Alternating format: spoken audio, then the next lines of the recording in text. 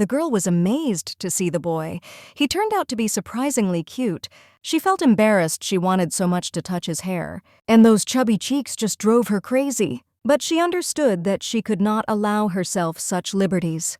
So I just said hello to Elliot. However, the boy looked scared when he saw her. She wondered, had she really treated him so badly all this time that he reacted like this? The girl invited Elliot to go for a walk with his mother, but the boy just looked at her with bewilderment, and she didn't know how to react correctly. Suddenly, he started crying and asked if he had done something bad. The girl did not understand at all why he was behaving this way. The boy insisted that if he had done something wrong, she should just say so and he would fix everything. The main character was confused. Elliot's behavior seemed strange to her. She didn't understand why he was crying, but then the boy added that if he was not guilty of anything, she shouldn't scare him like that. The girl rushed to him trying to explain that everything was wrong. She was scared. She hadn't done anything bad to the boy, but why was he reacting like that? Suddenly, Elliot's father came up to them and asked his son what happened. He hugged the boy and told him to calm down, but he continued to cry. The girl was shocked and a little embarrassed. In front of her was a face that was difficult to get used to. Elliot's beauty is due to these excellent genes. The father calmly assured his son that everything was fine now. The girl was happy. At least the father was taking care of the child. But the man gave her an angry look, and she decided that she was irritating him again with something. She didn't understand what he was talking about, and the man said that perhaps she didn't like him. But he is still her son. But the girl didn't understand at all what he was talking about. She wanted to say that her love for him was immeasurable, but then he simply wouldn't believe it. The girl could not understand why, among the many characters, she was the one who ended up in this body. She had become a terrible mother-in-law, and the thought terrified her. She wondered what others would do if they one day opened their eyes to a novel they had read before, and they would have found themselves in the body of the hated mother-in-law, and at the moment when the son and husband were already feeling disgust towards her. She didn't know what to do in this situation. Perhaps it was worth trying to improve relations with his son at least now, or try to make peace with her husband, but she didn't have the courage to do so. She didn't understand why she had come here now and not before the wedding, if fate had decided to change everything. She was already hated by everyone and didn't know how to fix the situation. She sighed and wondered why Anastasia lived the way she did. Anastasia von Valois is the horrible mother-in-law from the fantasy romance novel Lily in Your Arms. Anastasia, born into the aristocratic family of the Marquis of Saxe, was the embodiment of arrogance. She considered herself the most noble in the world, and did not take seriously those who stood below her in status. At least she only associated with high-ranking aristocrats whom she considered her equals. Her selfishness made many uncomfortable, including her husband, Alexe von Valois, Elliot's father. Over time, Anastasia gave birth to a son from Alexe. Alexe could not understand why she was so obsessed with sharing a bed with him. Of course, all because this was the only way she could establish herself as the mistress of Valois. In such circumstances, the son born in this marriage not only did not know maternal love, but was also surrounded by coldness and contempt. She constantly scolded him and said that he irritated her. Looking back at the original story, the girl understood why Elliot was afraid of her now. Ultimately, the grown-up Elliot becomes the protagonist, and Anastasia, having become a mother-in-law, treats Liliana like an eyesore and mocks her. Eventually, Anastasia commits so much evil that she is banished from Valois, but even after that, she continues to plot against Liliana and almost brings her to her death. She is eventually executed by her angry family. After this, Elliot and Liliana realize their feelings for each other, and everyone lives happily ever after. This is the ending of the novel, but now the girl understands that this means her own death. But if she doesn't start causing trouble like in the original story, she will remain intact, but she may be bullied by her family. Elliot and Liliana were her favorite couple, and she doesn't want to be hated by those she cares about so much. But Elliot is already 7 years old, which means he has been accumulating hatred towards her all this time. She does not understand at all how to cope with this situation now. Suddenly she wondered, what about Liliana? As the novel progresses, Alexe and Elliot will begin to care for Liliana and fall in love with her, but if she lures Liliana to her side, they haven't even met yet in the story. About 10 years later, Liliana will turn to her father and say that she does not consider her mother a bad person. If things work out this way, she'll probably be fine. She will be able to buy karma points from the main character and thus improve the family's attitude towards her. She considered herself simply brilliant. All that was left was to wait a little while. The mother-in-law is already heading towards Liliana. Thus, Anastasia took the first decisive step towards her salvation from death.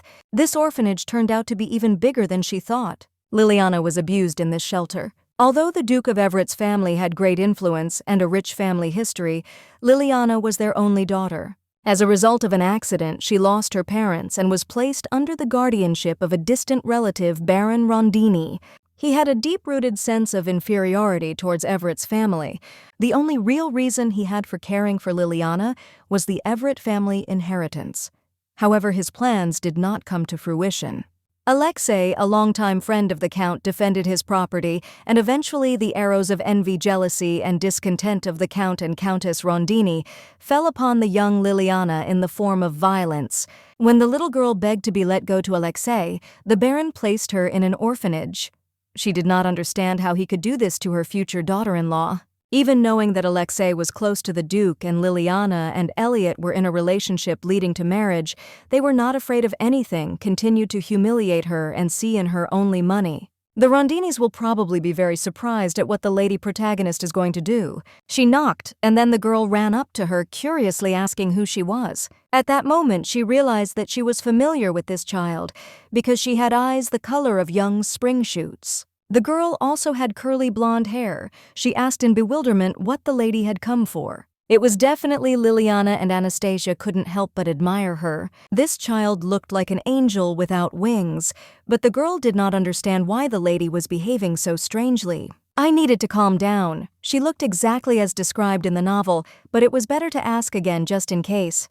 She asked if there was a girl named Liliana Everett in this shelter.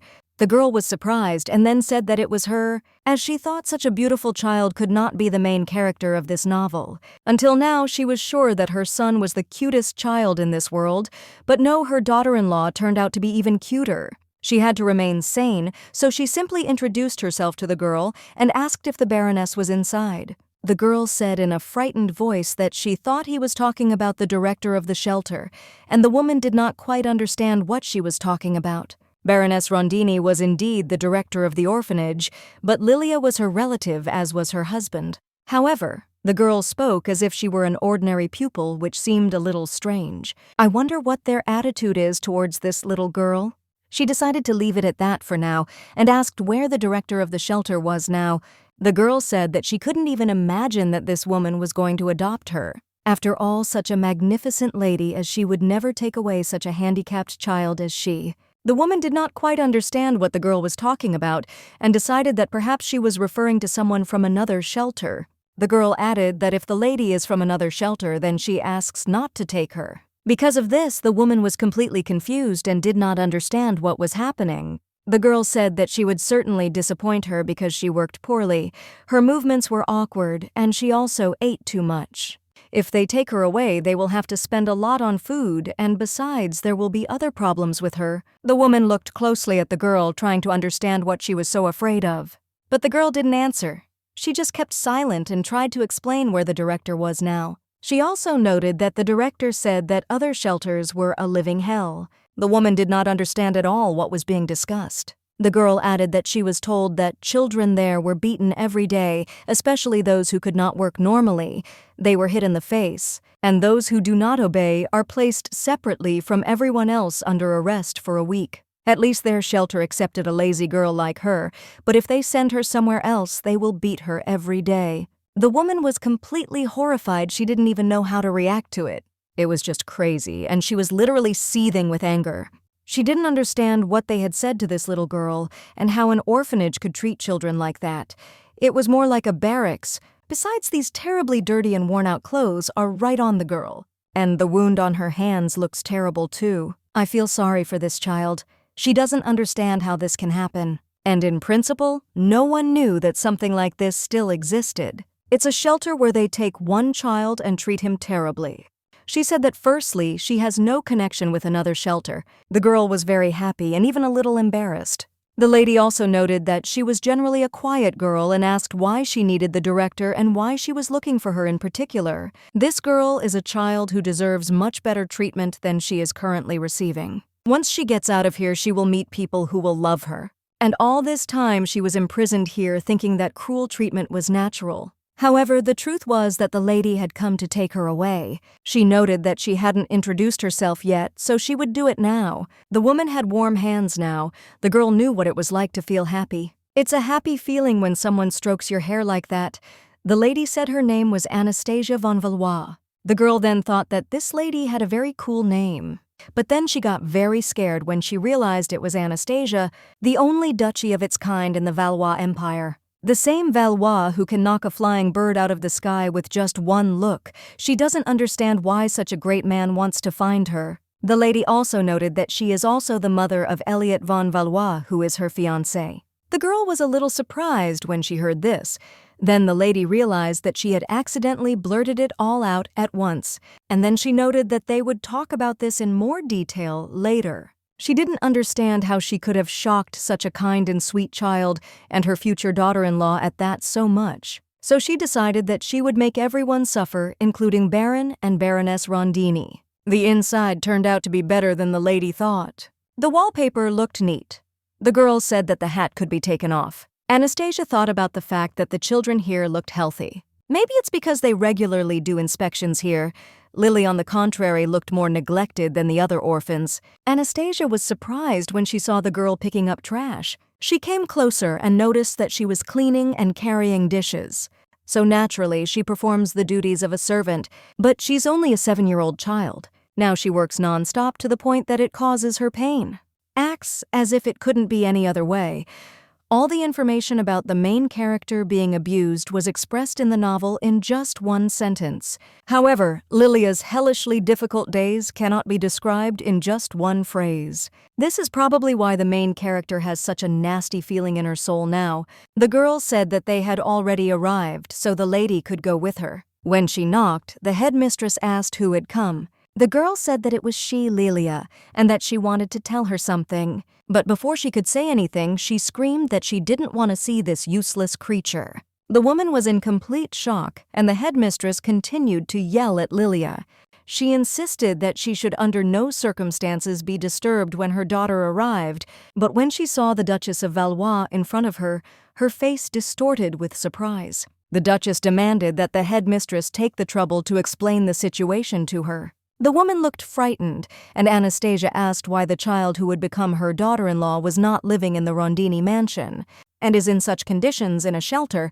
The headmistress became nervous, but Anastasia did not back down and asked why Lilia, who was her relative, was not called an aunt, but the director of the orphanage like an ordinary orphan. The woman suggested not to discuss it here and to move to a more secluded place. When she first saw the girl, she decided that she was the Baroness's daughter. The magnificent desserts were prepared especially for her. She didn't give Lily anything like that, and she fed her daughter only sweets. It's terrible to discriminate in food, so Anastasia decided to intervene. Nowadays, ladies seem to enjoy expensive desserts and aromatic tea. Lily was shocked, and the lady also noticed that the girl was dressed in beautiful, expensive clothes. After which the Duchess turned and looked at the Baroness. She asked why Lilia's clothes were so shabby.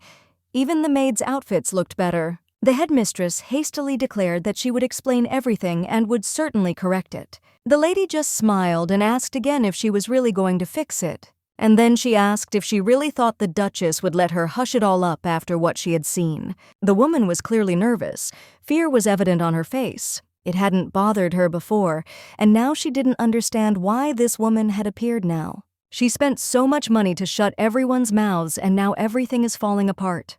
She paid the maid whom the Duke of Valois trusted most. She said that everything was under control, and the headmistress believed that they had agreed on everything. She also regularly sent good reports to the Duke of Valois. There was nothing that could cause problems, and suddenly this woman appears. While Anastasia was deep in her thoughts, the Duchess suddenly addressed her. She declared that from now on she intended to take Lilia to her place and raise her independently without anyone's interference. The headmistress recoiled in horror, not understanding what was being said. She could not believe that the Duchess was seriously saying such things because Lily was her relative. But the lady calmly noted that if the conversation had already started, she would not just take the girl but planned to become her mother-in-law in the future, hinting at a possible marriage. So, looking straight at the Baroness, she asked again if she really did not seem serious. Her tone was firm, almost challenging, as if she expected an objection. The Baroness was stunned, unable to find an answer right away. Anastasia also did not hide her surprise, but she was more amazed at why the woman was clinging to Lilia so desperately. After all, after everything she saw, after everything that happened, does she really still hope to keep the girl close to her? However, after a few moments, the woman exhaled and said that she would not do that again. If that was so, then the argument was over. She had nothing more to say. She added that Lilia would not do anything like that either. This matter is closed, and the girl is not going to change her decision. Her voice sounded confident, and she firmly noted that Lilia had no intention of leaving them even if someone hoped otherwise. But her words sounded so strange that it became difficult to understand whether she was saying this sincerely or whether her whole being was denying reality. The Baroness could not stand it any longer and rushed to Lilia, clinging to her hands. She desperately repeated that they were family. She reminded that she raised the girl, took care of her. However, Lilia felt pain when the woman squeezed her hand too hard. The Baroness imploringly said that leaving was stupid and tried to convince the girl, asking if she really agreed to this. Anastasia, without wasting any time, approached the woman and told her directly to listen to her carefully because the situation was becoming more and more serious. She pointed out that right now, before this woman's eyes, she was trying to manipulate the child, which was completely unacceptable and needed to be stopped. The woman was completely confused, not understanding what was being discussed at all because it seemed to her that there was no manipulation. She saw no reason for the accusations. But the girl clearly noticed how the woman imposed her will, claiming that she had raised the child, and this was clearly manipulation that could not be justified. Anastasia even regretted that the Baroness would no longer be able to demand money under the pretext of expenses for Lilia because this game was already over. Moreover, she added ironically that now the woman will not be able to use Lilia to extort money as she did before under various pretexts. The woman was horrified and could not accept this turn of events because Lily was something like prey to her, a valuable asset that could not be simply lost. In despair, she fell to her knees before the Duchess and began to ask her to take the girl to her because the situation had become too difficult for her. It was even more unpleasant to see how this woman now, after all the manipulations, suddenly began to ask for forgiveness, showing her true face. Anastasia did not want to waste any more time talking to this woman, so she turned to Lilia and asked her to step aside, showing that everything had already been decided. She confidently said that in the future she wanted to be her housekeeper and live next to her, giving the girl the opportunity to make her choice, but leaving no room for doubt. Anastasia, with mild interest, asked what she thought about the girl and what she was going to do with her in order to understand her future intentions. However, Anastasia could not allow Lilia to stay in the place where she was abused, and it was unclear to her where she would now live. She wanted to respect the girl's choice, but if it did not match her expectations, then Anastasia was ready to give it up, offering other options for her. Lilia, determined, replied that this was not so, and that she would definitely go after Anastasia because she was sure that this was the right decision. Anastasia, having decided to go with the Duchess, noticed how her words sounded too loud, but she understood that nothing could be changed. She added that if it did not cause any inconvenience, she would gladly go with her, not wanting to be a burden to others. Anastasia thought about it, remembering that she had suggested going with her. She decided that there was no point in thinking about something that could become a burden. Then she smiled, offering to go together, and holding out her hand waited for the girl to agree. Lily, slightly embarrassed, happily took her hand, unable to refuse such an offer. They approached the exit, and Anastasia, realizing that it was time to go, headed along with the girl holding her hand. It all seemed strange, and Lily felt that she couldn't believe what was happening.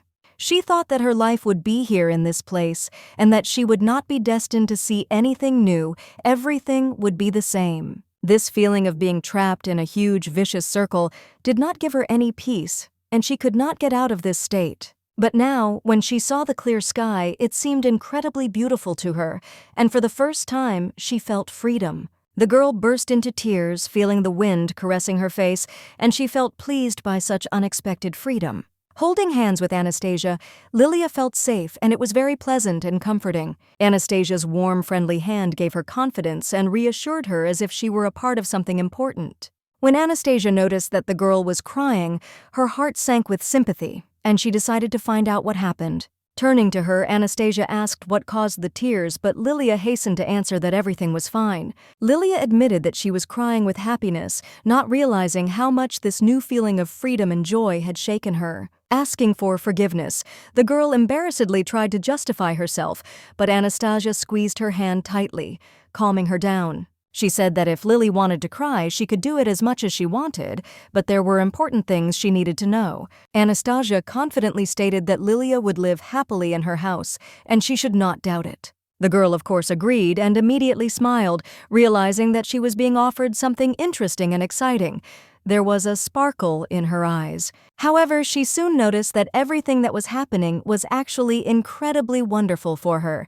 It was even better than she expected. She also got the hint that this experience would open up opportunities for her related to money, but she didn't immediately understand what exactly was being referred to. After a few hours, the girl had changed and now looked very beautiful, which was noticeable to everyone who saw her. Her appearance became her pride. She asked cautiously if she could really wear the things she saw in the store, unsure if she should use them. Lily was an incredibly sweet and charming girl. If she could look like that, it was unclear who else could wear such things and look so dignified. The lady noted that of course such outfits should only be worn by Lilia, and she even helped her choose various costumes to highlight her beauty. She said that there was nothing to be done now because it all had to be as she had planned. There was no doubt about it. The woman asked that all the clothes for the girl that were available be given to her because she wanted to give a gift to Lilia. Lily replied that she could not accept so many clothes at once. It seemed to her that this was quite enough and that the extra would only complicate the choice. She noted that in principle what she had already chosen was enough for her because during the shopping process she realized that the most important thing was not quantity, but style. Anastasia was sure that Lilia would find a way to persuade her, and in the end she would buy everything she needed to improve her image. She had no doubt. She approached Lilia and gently told her that she needed to look at the situation with a cooler head and evaluate how she would appear to others. The lady reminded that Lilia, as the future mistress of the family, must think through every step. She asked how the Duke's bride would look in old shabby clothes. People will immediately start whispering. They will think that despite the family's wealth, they treat their only bride with disdain and even cruelty. Some people might think that the Duchess is too cruel and unfriendly, but Lily noticed that the Duchess is not as bad as she might seem. The lady smiled and asked if it was true that the Duchess did not deserve a bad reputation. She felt that Lily had hit the nail on the head. This was the right moment.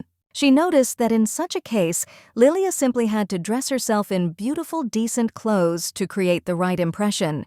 It was a necessity. Lily realized that if she wanted to make the right impression on others about herself, then of course she had to agree and follow this advice. Now she promised herself that she would always wear only the best, so that everyone would see her as a worthy lady, worthy of attention and respect. The girl couldn't understand what was happening to her. She was tormented by a strange feeling that she had been drawn into something big and difficult.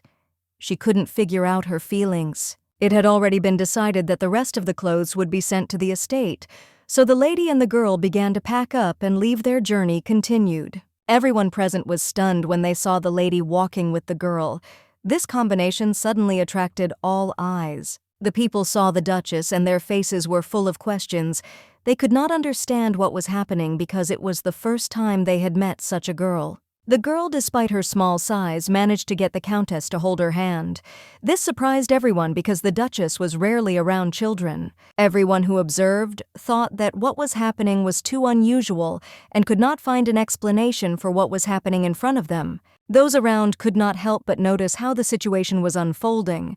They were curious about what had happened and what was hidden behind this unusual moment. And at that moment they realized that the Duchess was looking at them. Her gaze was focused, and everyone felt their attention sharpen. Anxiety immediately crept into their hearts. They were afraid, not knowing how much the Duchess could hear, and realized that problems had begun in their lives. The lady calmly stated that she had been watching them for some time now without showing much emotion. This added even more tension to the air. The girls at that moment clearly realized that their problems had become much more serious. Panic seized them. They did not know what would happen next. However, the Duchess reassured them, saying that everything was fine and that she understood them. Her words were strangely comforting, but many questions still remained. The lady couldn't help but notice that Lily the girl was so cute that it was impossible to take your eyes off her. This was her personal opinion. She also said that now looking at the girl she understands why everyone pays so much attention to her. She thought that her son was the cutest, but then another child appeared. The girls were completely perplexed. They did not understand what was being discussed and doubted whether it was really the Duchess in front of them or whether it was something else. When the girl saw the castle, her eyes were filled with delight. She could not hide her emotions. Everything was like a fairy tale, as if this place belonged to a princess. She noticed that the castle really did resemble the home of a real princess, with its majestic towers and wide windows. The lady watching her reaction only smiled.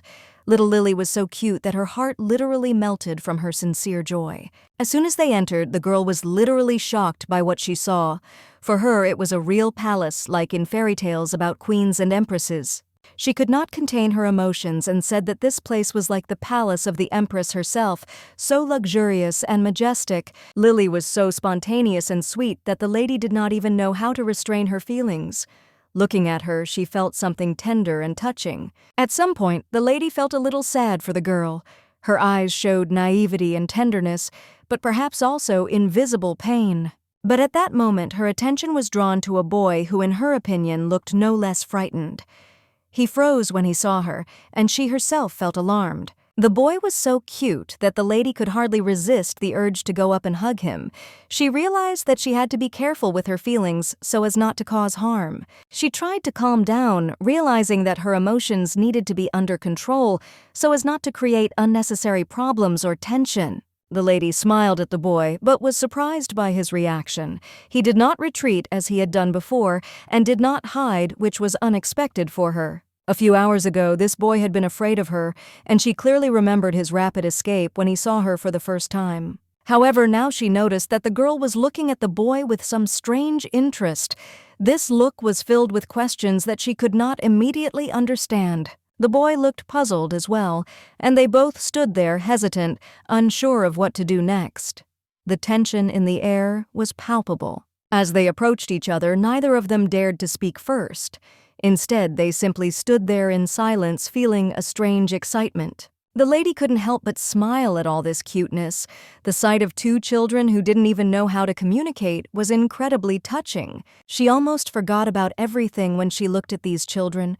Their sincerity and purity filled her heart with joy, despite the heaviness of the world around her. However, despite all this charm, the lady did not forget about her main goal: to survive. She could not afford weakness. Her life depended on the decision. Suddenly, she somehow shook herself as if returning to reality and took a step forward.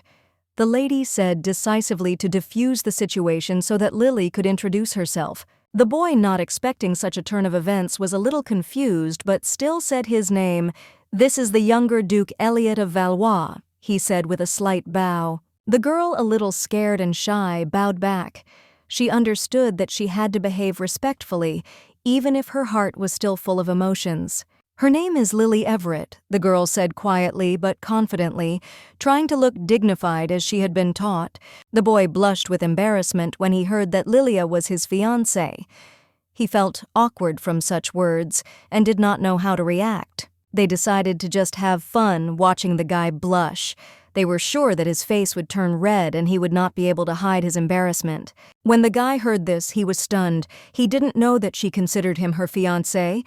He was surprised that she said it like that. He was really surprised. Admitting that it was true, he said that he had not known about it before, although he had guessed about her feelings. Although he didn't say it out loud, he himself didn't know that she was so beautiful. Thoughts of how much she meant to him flashed through his mind. She was serious when she told him he had to take care of her. It was written all over his face, and she was convinced of it. The boy was indeed embarrassed, but despite this, he agreed with her words. He understood that now he had to take responsibility upon himself. He stood before her, feeling the full weight of the moment, and was a little taken aback. The heroine's condition affected him more than he had expected. She smiled, assessing his behavior. She said that he was doing the right thing, and that was very important to her. But when the boy looked at her, his face changed. It seemed a little strange, and he himself did not know how to perceive it. He turned to the girl and, bending down quietly, asked if it was possible that his mother was angry or scolded her. He leaned over slightly, trying to be careful, and asked if maybe his mother had treated her wrong. The girl was stunned. She immediately changed her facial expression, showing that this thought greatly excited her. He noticed that perhaps she had said something that irritated his mother. He noted that she might be pushing her away. Anastasia heard their conversation, but she did not attach much importance to it. These are trifles that are difficult to do anything about. She decided not to interfere. Everything Anastasia had done during this time was not something she could fix in one day. She understood that changing her image to a positive one was difficult. Lilia countered that this was not true at all. She insisted that her mother had done nothing wrong that could affect her reputation. Elliot was surprised by her words.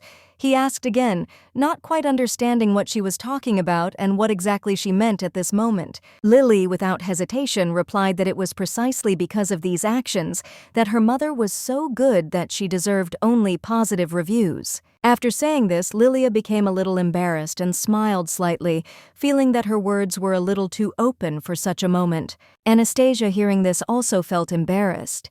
She covered her mouth with her hand, not expecting such a frank confession from her daughter. Lilia added that her mother had taken her from a terrible place and saved her from many troubles. She was grateful for this, not hiding her feelings. In addition, Anastasia personally chose the dresses that Lilia was wearing now. The girl felt her heart fill with gratitude for the care. Lily reiterated that her mother was simply wonderful and that she could not even express in words how much she appreciated everything she had done for her. Anastasia was embarrassed by such a confession. She did not know that her daughter perceived her care and efforts so well that she was so sincerely grateful to her. Lily, however, blushed even more as her stomach growled loudly. She looked awkwardly at the others, feeling ashamed of her unwitting intemperance. Anastasia, seeing this, realized that Lilia was hungry, and with a smile said that they needed to go to the evening meal so that the girl could eat. At this time, the butler was already meeting the Duke, who had just returned. His face expressed fatigue, but he was ready to continue his duties. The Duke confirmed that he was fully back home. He was a little late, but explained that he had had a busy day and had not been able to complete everything on time. Alexe, hearing this, noted that today's affairs had indeed taken longer than he had planned, but despite this, he needed to maintain his composure. However, he added that he still needs to pay attention to how he looks and control his facial expressions so as not to create unnecessary problems. The butler noticed the Duke's fatigue. His physical condition was not hidden even from his faithful servant. It became obvious to everyone who was nearby. The butler, accustomed to many years of service in this house, realized that the Duke was getting old. A simple look at his tired face told more than any words. When the butler and the Duke exchanged a few words about his son, Elliot, the butler's surprise was noticeable. He did not expect the Duke to go to his study so quickly. Duke Alexe, realizing the importance of the matter, thought that there was still something to be completed. He could not afford to relax, so he asked the butler to bring him coffee. But the Duke, sensing that he had something important to discuss, also noted that there were some issues that needed attention. He was serious. Word spread quickly through the town. Once at the mansion, the Duchess brought Lady Lily with her. This news attracted the attention of everyone close to the house. When the Duke heard this, his face immediately changed. He asked again. He could not believe that his wife had actually made such a decision. Alexe was upset and clearly angry. He didn't understand what exactly his wife was planning and what it might mean for their family and everything he had built. The Duke could not understand what this woman was thinking. There was something in her eyes that remained a mystery to him. He could not find the key to her thoughts. But something else was important. Everything that was happening around him was becoming stranger and more unpredictable. Each new moment brought him even more confusion. She said that Lilia was treated like a servant and that the butlers behaved like subordinates. The Duke immediately realized that this was indeed true, and he could not help but agree. And then it bothered him that Meg had never mentioned it. In all these years, she had never said a word to him about it, and that was strange. The Duke suddenly remembered how the maid had constantly reassured him, saying that Lady Lily was fine, everything was fine, and there were no signs of trouble. The maid often repeated that the lady felt comfortable that her life was going on without any particular problems. The Duke began to doubt the veracity of these statements, so he ordered his butler to find out the truth. He demanded that he find out any secrets that might be hidden behind these statements. The butler promised to carry out his order, but when he was about to leave, the Duke stopped him halfway. He needed to know something important. The Duke asked the butler to investigate the true state of affairs in the Imperial Tax Service. He was sure that they were also hiding important information. After that, he went to his son's room to check on him. His son's condition was important to him, and he could not ignore it. Elliot was fast asleep, his face looking so peaceful and innocent. The Duke felt warmth in his chest as he looked at his son and smiled softly. Many said that Elliot looked like him, but if you looked closely, you could see that the boy more closely resembled his mother, Anastasia. Elliot had a turned-up nose, small lips, and eyes like his mother's, purple like violets. These features caused the Duke to be especially touched. The boy woke up and was surprised to see his father next to him. He had not expected him to appear, and the Duke apologized, noting that he might have woken him. But the boy smiled and said that everything was fine. He added that his smile was exactly what he inherited from his mother. Elliot was exactly like his mother. It was obvious, even though the Duke had never seen her smile. The Duke dreamed that at least this child would always smile so sincerely and joyfully. He often watched him rejoicing at each of his innocent, bright smiles. At that moment, the father noticed that there was a mug on the boy's bedside table. He wondered what it could be and felt a slight worry. The boy said with a smile that he had been singing Coco. The father remembered that they had once again had a ban on sweets before bed and asked what had happened to Meg. He had questions for Meg about how she was handling Lily, but he basically knew that she had done a good job of being Elliot's nanny so far. He believed that without her help, Elliot would feel very lonely, and it would be difficult not only for him, but for the whole family. The boy noticed that it was not Meg who had brought him the cocoa, and his father asked who had given him the drink, continuing to study it. Then the boy replied that it was his mother who gave him cocoa. The answer surprised him because his father did not expect her to do such a thing. The father was shocked and even a little frightened by this revelation. He felt that something was wrong, but did not know how to react correctly. He could not understand what was happening to his wife. Her behavior began to seem more and more strange to him, and this alarmed him every day. He couldn't figure out why she continued to do what she did, what thoughts were behind her actions, what motivated her at all. The Duke decided to stop asking himself these questions. At some point it became clear to him that he could not control her behavior. He said he understood, and trying to calm himself asked the boy if he was ready for bed. He was trying to bring the conversation back to a calmer direction. He praised his son for his behavior and advised him to go to bed quickly because it was already late and he needed to sleep. But despite his words, he still could not understand what was happening to his wife, and her behavior remained a complete mystery to him. He began to suspect that perhaps she had changed. Although it seemed unlikely, all these thoughts haunted him, making him hope for something that could not happen. But it was clear to him that this was impossible, and he shouldn't even waste his energy on it. He knew that such dreams shouldn't remain in his head. Throughout all this time, she had disappointed him more than once. He still continued to hope, although he understood that it was a stupid and senseless step on his part. Everything happened this way because she wouldn't change. She was always like this, and it was her nature. It was what made Anastasia different from others. Meg thought it was all nonsense.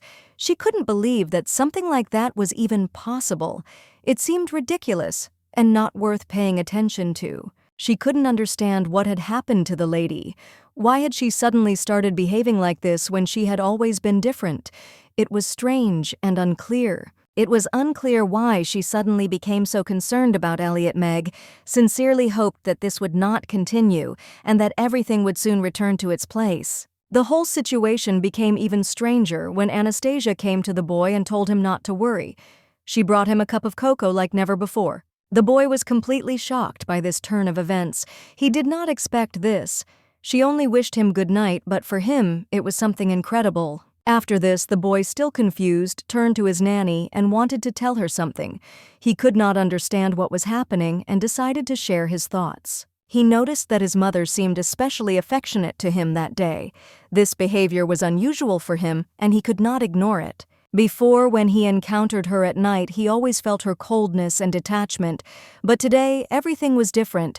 She did not get angry, but on the contrary brought him warm cocoa. The nanny, after listening to him, looked at the boy carefully and said that perhaps now he would no longer have to suffer. She hoped that he would begin to feel better. The boy was surprised and asked what exactly she meant. He did not understand what she was talking about, and this only increased his confusion and questions. The nanny told him that he needed to think about how the lady usually behaved. He himself should have noticed that something had changed in her behavior. It was unclear why she had changed so abruptly in her attitude towards the younger gentleman, but the nanny believed that it could simply be a cunning plan or a temporary trick on her part. The nanny noticed that, at first, Elliot would hope for his mistress, but hopes might not come true and he would suffer again. Because of this, she was worried about the boy. The boy was surprised and did not believe it at first, asking the nanny if it was really true. He could not understand why something bad awaited him in the future. The maid confirmed the nanny's words, adding that there was no need to worry too much because the nanny would always be with him and she would try to protect him from all troubles. Elliot smiled and said that he was glad to hear that. He was glad that there was someone who would take care of him no matter what was going on around him. The nanny, agreeing with his words, added that it was as it should be. She tried to convince him that it was better for him to trust her rather than rely entirely on the mistress. In a conversation with the boy, she also asked if he was disappointed in his mistress because she did not show concern for him, but Lily was always important to her. The maid remarked that she could not even imagine how much pain the boy felt when he saw this. Her words sounded with pity and sympathy for his feelings, but Elliot didn't understand why he should be sad. He replied that it wasn't exactly like stealing a mother's love, and he didn't know what exactly he should be upset about. The boy thought about it. He didn't know how to explain his feelings exactly, but he felt inside that something was wrong, although he couldn't find the right words. Elliot said it didn't really look like a theft, so he didn't feel upset. He was sure it wasn't as bad as it seemed. The boy added that even if she treated him so coldly and cruelly, it did not give him a reason to treat other people the same way. He tried not to be like that. Of course, he would be lying if he said he wasn't sad. He felt something in his chest, but he kept hiding his true feelings, trying to be strong. But the way the lady cared for Lily really made Elliot happy. He felt that her kindness was genuinely helpful, and it made him a little happier. Lily was very beautiful, and Elliot couldn't help but notice it. He admired her appearance but tried to hide it so as not to seem too open. After these words, the boy became very embarrassed. His face turned red, and he did not know how to react. The nanny, seeing his embarrassment, said that it was time to go to bed and that it would be better to give her the cocoa. The boy, surprised, said that he did not understand why he should do this. The nanny replied that in any case, the cocoa had already cooled down and was no longer tasty, so there was no point in drinking it. However, the boy did not agree with her words and firmly stated that he would still drink this cocoa. It was important to him, despite the fact that it had lost its original warmth. The boy explained that it was the first cocoa his mother had ever brought him. It became a symbol of her care, even if it no longer tasted the same as it had at first. He added that it was still warm. Though not as hot as before, Elliot tried to find some warmth and memories of his mother in it. Nanny was very angry when she heard this. She understood that Junior Master Elliot was starting to get attached to these little things, and something had to be done about it urgently so as not to complicate the situation. After this, there was a knock on the nanny's door, and she, without wasting any time, allowed entry, expecting that these would be ordinary official matters that she had to resolve. There were several maids standing at the door who immediately turned to the headmaid, conveying their news to her, clearly concerned about something important that they had just seen. The maids tried to explain the situation, but the nanny still did not understand what had happened. They said that they had seen the Duchess in the kitchen and were worried about her strange behavior. Earlier, when they spoke of the girl who had been brought in today, the maids already knew that she was from the Everett family. She was a child whose history was full of grief and ruined destinies. The girl, it turned out, was the younger Mr. Elliot's fiancée, and her presence became a vivid testimony to the tragedy that had affected the Everett family, leaving behind shattered lives. Apparently, the Duchess decided to ask for food to be prepared for this little girl at such a late hour, perhaps trying to make things at least a little better for her in this difficult situation. One of the maids apparently heard how the Duchess personally bought the girl clothes and even shoes so that she would feel at least a little more comfortable in this house. The maids couldn't figure out what exactly had happened to her. Perhaps it was another of her whims, typical of her overflowing emotions, but the situation still looked strange. This began to irritate them because instead of calmly doing their job, they were now faced with additional responsibilities that seemed pointless and unnecessary. At that moment, there was another knock in the corridor, and the maids, visibly frightened, froze, expecting that it might be someone important who would come with new instructions. Once at the door, the lady looked at them mockingly and noted that they were clearly relaxed, enjoying the time, although the situation clearly required a different approach and a more serious attitude. She was surprised to see how the maids were calmly passing the time, not noticing that in reality, they had big problems in front of them that required immediate solutions and attention. The maids told Meg everything that had happened and noted that she was very angry. The discussion of Lady Lily had aroused her anger. They did not feel guilty and asked Meg to intercede for them. It was a story about how they were caught gossiping. Meg said she was willing to help, but only on condition that she knew how their mistress had punished them. She was willing to intervene. She asked how their mistress had punished them and promised to help as much as she could. All she could do was support the maids in this situation if they were really guilty. The maids said that this time the mistress had forgiven them. They could not believe that the same mistress who had always treated people cruelly could let them go without punishment. Meg was surprised by her mistress's indulgence towards those who gossiped behind her back. She realized that this was not quite typical of her strict and imperious behavior, and she felt wary. The maids were worried that if this situation continued, the mistress would start doing housework herself, and this would complicate their lives. Meg could not help but take this into account. As Meg had suspected, the change in her mistress's behavior should not be ignored. Even if others did not notice, she, as the headmaid, sensed that something was going on. She still retained her status as headmaid, but her position was now under threat. This was the result of the mistress gradually changing her approaches to running the house. At first, the Duchess had not been interested in the affairs of the house, but now if she continued in the same spirit, she would begin to control everything. This could radically change Meg's situation. If the mistress took over the management of the household, Meg's position, which she had built up over the years, could be seriously weakened. This created a feeling of anxiety in her. Meg couldn't concentrate because she had a feeling that something bad was going to happen. She wanted to know what exactly had happened, but the maids said that they knew nothing about the events that were unfolding. They confirmed that they did not understand what was happening. Previously, they did everything that the lady said, and everything was calm, but now she was going to give them too much work, and this frightened them. The headmaid stood up and calmed everyone down, telling them not to worry. She assured them that everything would be fine and that it was all temporary. Meg decided not to worry anymore. She knew she wouldn't let this go unnoticed and decided she needed to take action. She was confident she could handle it and wouldn't be afraid of what was coming next. Everyone was happy when they realized that the headmaid had agreed to help them. This gave them hope that with her help, they would be able to cope with the difficult situation. She noticed that even if she invited just one person, the work for the servants would become much more, and they would all be forced to work harder than before. Agreeing with her words, they realized that no one could understand them the way the headmaid could. She was always there and knew all the peculiarities of their work. She also noted that it would be better to trust her since her experience and knowledge could help to understand the current situation and make their tasks easier. Suddenly the maid noticed that they were starting to get very worried, and approaching them, she asked them again what was worrying them so much in order to find out the reasons for their anxiety. She said that the headmaid was the only one who could be trusted in such matters. Besides, she had been almost a friend of the Duke since childhood, which added to her authority. They couldn't understand why the maid couldn't do anything about the situation because they knew how close she and the Duke were. This left them confused and worried. Meg stressed that such conversations should not be spread left and right, and the maids should understand this because unnecessary rumors can only do harm. Meg knew she might have exaggerated a bit, but she didn't know how to proceed.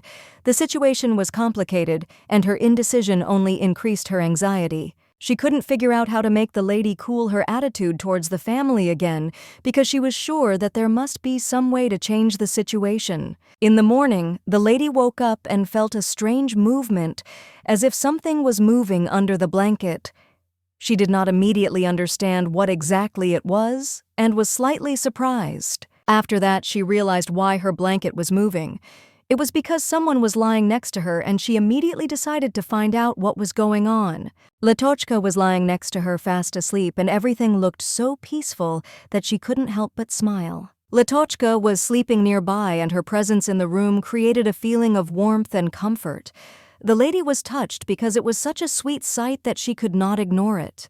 She felt a little embarrassed. Latochka was so sweet, and last night she came to her asking to stay because she was afraid to be alone without her mother. Anastasia, noticing how worried Lilia was, quietly said that she understood her feelings. She offered the girl to spend the night next to her so that she would feel calmer. In the evening, they found themselves in the same bed where Anastasia carefully arranged Lilia, covering her with a blanket. The girl finally fell asleep. Anastasia felt worthy of her mother. There was pain in her eyes, and she couldn't hold back her tears. These tears weren't from grief, but from the fact that she was able to give Lilia the safety and warmth that she so needed. Remembering how her life had collapsed at the beginning, Anastasia felt that moment bring her peace. She was ready to become a villain for everyone, but not for Lilia. Lily woke up early in the morning and immediately noticed her mother's gaze. Her bewilderment did not last long. She thought that perhaps Anastasia was angry because she woke her up, but the girl soon realized that this was not the case. She asked her mother how she had slept, genuinely interested in her condition, and trying to build a conversation that would dispel the tension. Anastasia was almost taken aback by the unexpected question. Her face did not betray any emotion, but inside she felt the nervous tension growing. She was not ready for this. For a moment, she hid her feelings behind a cold and calm expression. She had worn these masks since she was young, and maybe that was why she was grateful for this moment. Lily was grateful to be transferred into the body of her mother-in-law, who, despite her cruelty, offered the girl to spend time at breakfast. It was unexpected and pleasant. Lily, despite the invitation, replied that she had eaten well yesterday and did not feel hungry. She was in no hurry. Her body did not yet require food, but it was nice to hear the offer. The lady, noticing her answer, realized that the girl was not hungry. After all, before they fell asleep, they had also drunk cocoa, which quenched her thirst, and now she did not want to eat. Anastasia, interested, asked what Lilia would like to do that day, but the girl did not immediately understand what was being discussed, asking again with bewilderment, waiting for an explanation. No one had ever asked her what she wanted before, and the girl was confused. She didn't know what to answer because she wasn't used to such questions. She just didn't understand what was required. Lilia felt how important it was to answer and decided not to keep her mother waiting. She stood up and began to search for words to somehow satisfy her expectations, not even understanding what to answer. Lily noticed Anastasia looking at her with a smile.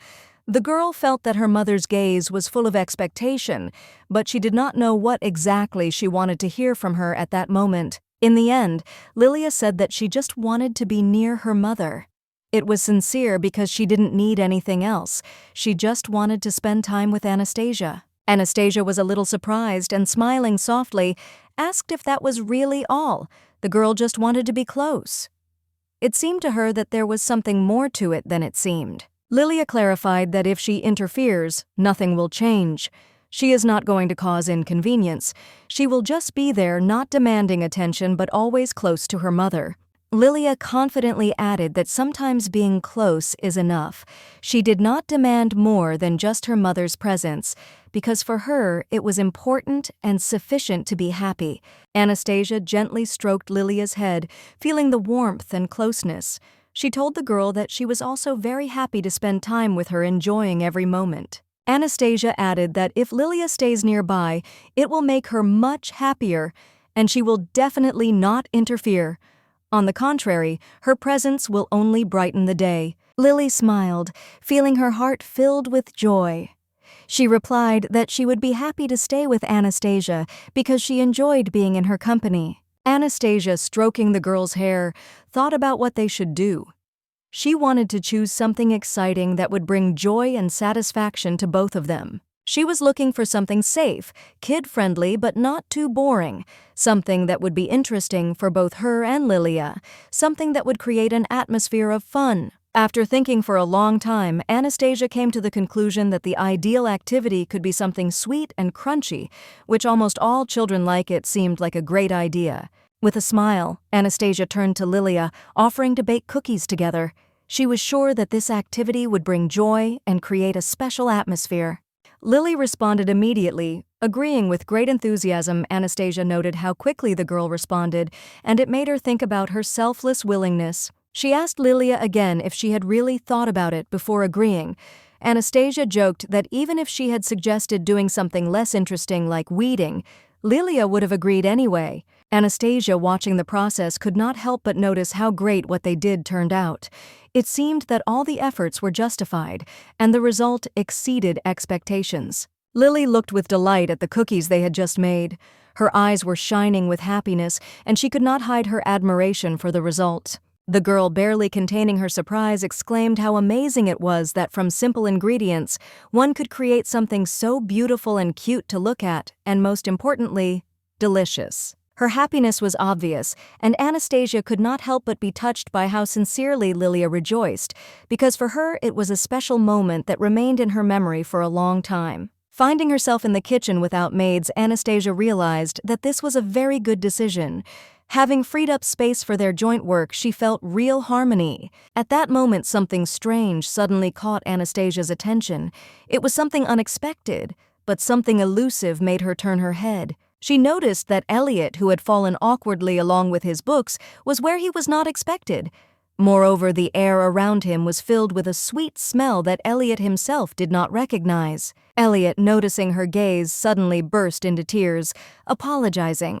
Anastasia, not understanding why he was apologizing so much, did not want him to worry about something that did not happen. She approached him and asked him why he was apologizing.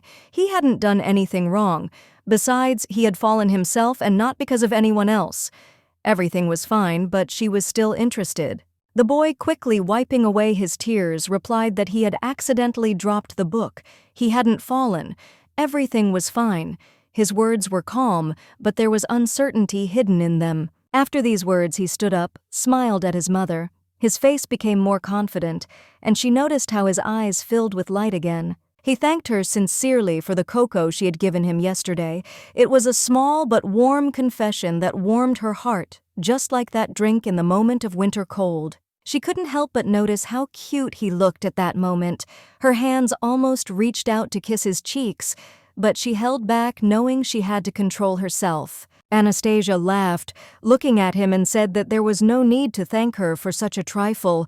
For her, it was enough that he enjoyed the cocoa with pleasure. It wasn't some kind of big test, not some kind of endurance training, and it was hard to even call it anything more significant. Everything was simple and sincere, and that made her happy. At this point, Lily came up to them, noticing how Elliot was looking at their cookies with confusion. She cheerfully said that he probably came to them attracted by the sweet smell. Lily offered him a cookie if he wanted it. She was even willing to treat him generously, suggesting that he not be shy and enjoy what they had prepared. The boy was a little embarrassed and of course agreed. He was pleased, but he was still a little lost in this situation, not knowing how to behave correctly. He picked up the cookie and started tasting it, but once the taste hit his mouth, he was completely shocked at how delicious and unusual it was. The cookies were truly incredibly tasty. They crunched on his teeth, and the boy couldn't help but wonder how such a simple thing could be so delicious. Anastasia also could not hide her surprise and joy. She herself felt a little embarrassed that such a simple gesture caused such a reaction in the boy. Lily, seeing the boy's reaction, turned to her mother, saying that the boy said that the cookies were simply delicious. This was pleasant and touching for both women. After that, Anastasia suggested making more cookies and sharing them. Liliana was so kind and innocent that she could easily accept such kindness in any situation. Liliana, of course, was ready to share with others because she was a real angel, and even Anastasia could not help but notice how easily she managed to be so kind and caring. But first, it was necessary to finish what had already been prepared. Anastasia thought that Liliana really looked like an angel, and her soul was so pure and bright. Anastasia then turned to the boy, asking what was bothering him. She noticed that he was a little embarrassed and seemed to be hesitating whether to continue the conversation. He was a little embarrassed, but then asked if he could share these cookies with his dad. It was obvious that he wanted his dad to be able to feel this moment too. Anastasia, having thought about it, was even a little afraid to imagine how Alexe would react to this. She was not sure whether he would be so positively disposed to such a small joy. She wasn't sure if she should let him try the cookies, but she knew it would probably be better to have someone pass them to him than to do it herself. But if Elliot took it upon himself, she was sure he would start saying that the boy was just some kind of weirdo and that she had harnessed him as a messenger boy. So passing the cookies wasn't the best option. Anastasia felt it would bring more inconvenience than joy, especially if she didn't do it very carefully. Then she said she agreed and decided to take the cookies herself. It had to be done quickly to finish everything, and she was ready to make a decision. The boy was surprised that Anastasia decided to take the cookies herself. He was ready to help, but she insisted that it was better to do it herself, and promised that the maid would do everything. Anastasia was so absorbed in her thoughts that she did not even notice how her actions became more and more decisive. She was far from the thought of the servant, despite its reality. She stood by the door thinking maybe it would be best to just leave the cookies nearby and go. After all, he would find them anyway, wouldn't he? The solution was simple, but deep down she was unsure whether she should leave. Why delay the inevitable? They were going to meet face to face anyway, so why wait? In the end, she decided to leave the cookies where she was. Suddenly the Duke asked who it was, and if anyone had business they should come in. Interestingly, he noticed her. She stood motionless, but the Duke, like an experienced warrior, sensed her presence. It was not surprising to him. He was good at his job, and his intuition did not fail him. When he was told that it was Anastasia, he was a little taken aback. He hadn't expected to see her here, especially at such a moment. It made him think. His surprise did not disappear. He did not think that Anastasia would decide to visit him in person. It was unexpected, but at some point, he realized that it could be important. He began to suspect that perhaps she was having financial difficulties and needed help, so he invited her in so as not to ignore the situation. She walked in, and they stood there in silence for a moment. The quiet atmosphere seemed to speak volumes. It was difficult for both of them to start a conversation, but they both knew it was inevitable. At one point, she felt herself suffocating with excitement. The cookies needed to be put somewhere, but she needed to get out as soon as possible. It was hard to linger. Having placed the cookies on the table, the Duke asked what they were. His interest was obvious. He wanted to understand what kind of gesture she had made by bringing this gift. He was not curious, but rather cautious. She replied that it was just cookies, but the Duke, smiling, noted that he understood that perfectly well. He knew that she had brought them, but he still decided to clarify in order to understand the motive. His question was simple, but he was trying to understand not only the content, but also the intention. He wanted to know why she had brought these cookies and not someone else. She expected him to ask about it, but she still found it a little strange that he would raise the question. After all, it was obvious. She brought it for him to eat. However, despite this, the Duke knew perfectly well that her visit was not limited to cookies. He was sure that she had come to ask for money, and this was clear, although no one said a word. He was impatient. They wanted to hear her request as soon as possible. Cookies conversations. All this was not as important as her main intention. He did not like to waste time. The lady, with a slight smile on her lips, asked him to listen, assuring him that there was no poison in these cookies and that she had not mixed anything dangerous in them. Her voice was calm and confident. She couldn't understand what kind of person could use food for such purposes, but she still decided not to say anything or focus on it, although it surprised her. The woman noted with a slight reproach that there was no need to look at her with such a stern expression on his face, because in front of him was just a simple cookie and not something threatening. The Duke, looking down, replied that he did not mean that and asked if she had come with any real intentions. He wanted to understand why she had decided to bring these cookies. It was strange to her that he doubted her intentions because she really just brought cookies. She understood that her actions could seem suspicious. However, she did not consider it necessary to focus on these words. There was no point in explaining every action she took if he did not want to believe in her sincerity and intentions. She could not help but remark and turn to the Duke, noting that he was too rude to her. She tried to be kind, but his coldness was becoming more and more obvious. She brought him cookies with sincerity, and while it might have been a treat for the Duke, it was special for her. She had made them with Lilia, and that was a big deal. She knew he probably hated her, but she didn't want him to disregard Lilia's sincerity. Even if he didn't share her feelings, she believed in the strength of their friendship. The Duke asked again if she had really made the cookies herself, and the lady could not understand what exactly the problem was. She had not expected such a question. Then the Duke realized that Anastasia had actually made these cookies herself, and now he felt a little awkward because he suspected her of something bad. He fell silent, and the lady, as if trying to relieve the tension, said that since he hated the treat so much, he could throw it away since she had done her job anyway. The Duke was very surprised by her words and asked her to wait, and then to her surprise called her his wife. It sounded unexpected, and she did not know how to react to it. She was stunned by his words, and he, seeing her surprise, admitted that he had indeed been rude to her. He had not meant for her to feel that way. The Duke, realizing how wrong he had been, apologized to her for his words and actions, feeling that his behavior was far from how he usually behaved. It was quite unusual to watch people worship icons. It was always a strange and unfamiliar sight to her, but now she watched it with surprise. The lady felt a little nervous, realizing that this situation was not at all as she expected. She did not even think that she would hear this from him, and it confused her a little. When she looked at him, she could tell he was feeling uneasy too. His face was confused, and his gaze was fixed on the floor, as if he didn't know what to do. He looked a little nervous, which made her smile again. It was so familiar she had felt something similar in this situation. She smiled weakly, realizing that the situation was not so different from her own experiences. He was confused, and she was in a similar situation. Alexe, as always, did not communicate with her, being absorbed in business. He was so often immersed in sorting out documents that it seemed to be becoming a habitual state for him. The lady noticed this, realizing that he was probably very tired. Work was absorbing him, and she could not shake the feeling that he had not known what rest was for a long time. She heard that yesterday there was so much work that despite coming home late, he continued to do his work, not allowing himself even a minute of rest. She even thought about how there were always things to do in the estate that needed attention.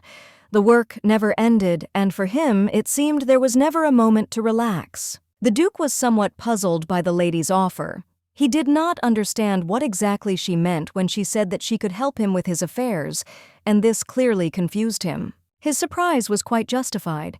He could not believe that it was really his wife Anastasia who had offered her help. He felt that this did not quite fit into his ideas. Anastasia, meanwhile, understood how hard it was to work, endlessly return home, and immediately continue working. She believed that such a life was too harsh and unfair. She felt very sorry for Alexe. She felt how hard these days were for him, but he always assured her that everything was fine and said that he was grateful for her care, although the fatigue was on his face. The Duke was so confused that he tried to end the conversation as quickly as possible. He knew that the lady would probably not be able to help, as it required specialized knowledge. The lady decided it was time to leave. She informed the Duke of this, and he without objection agreed. He did not interfere, realizing that her decision was final. Before she left, she did tell him that he hadn't really overdone it. It sounded like an attempt to reassure him, though it was a bit unexpected. The Duke was taken aback by her words. He had not expected to hear this, but the lady added that health was the most important thing. She stressed the importance of taking care of yourself despite the situation. From the very beginning, the lady had been worried about him, and now when she left, her words about the expenses for whims remained unspoken.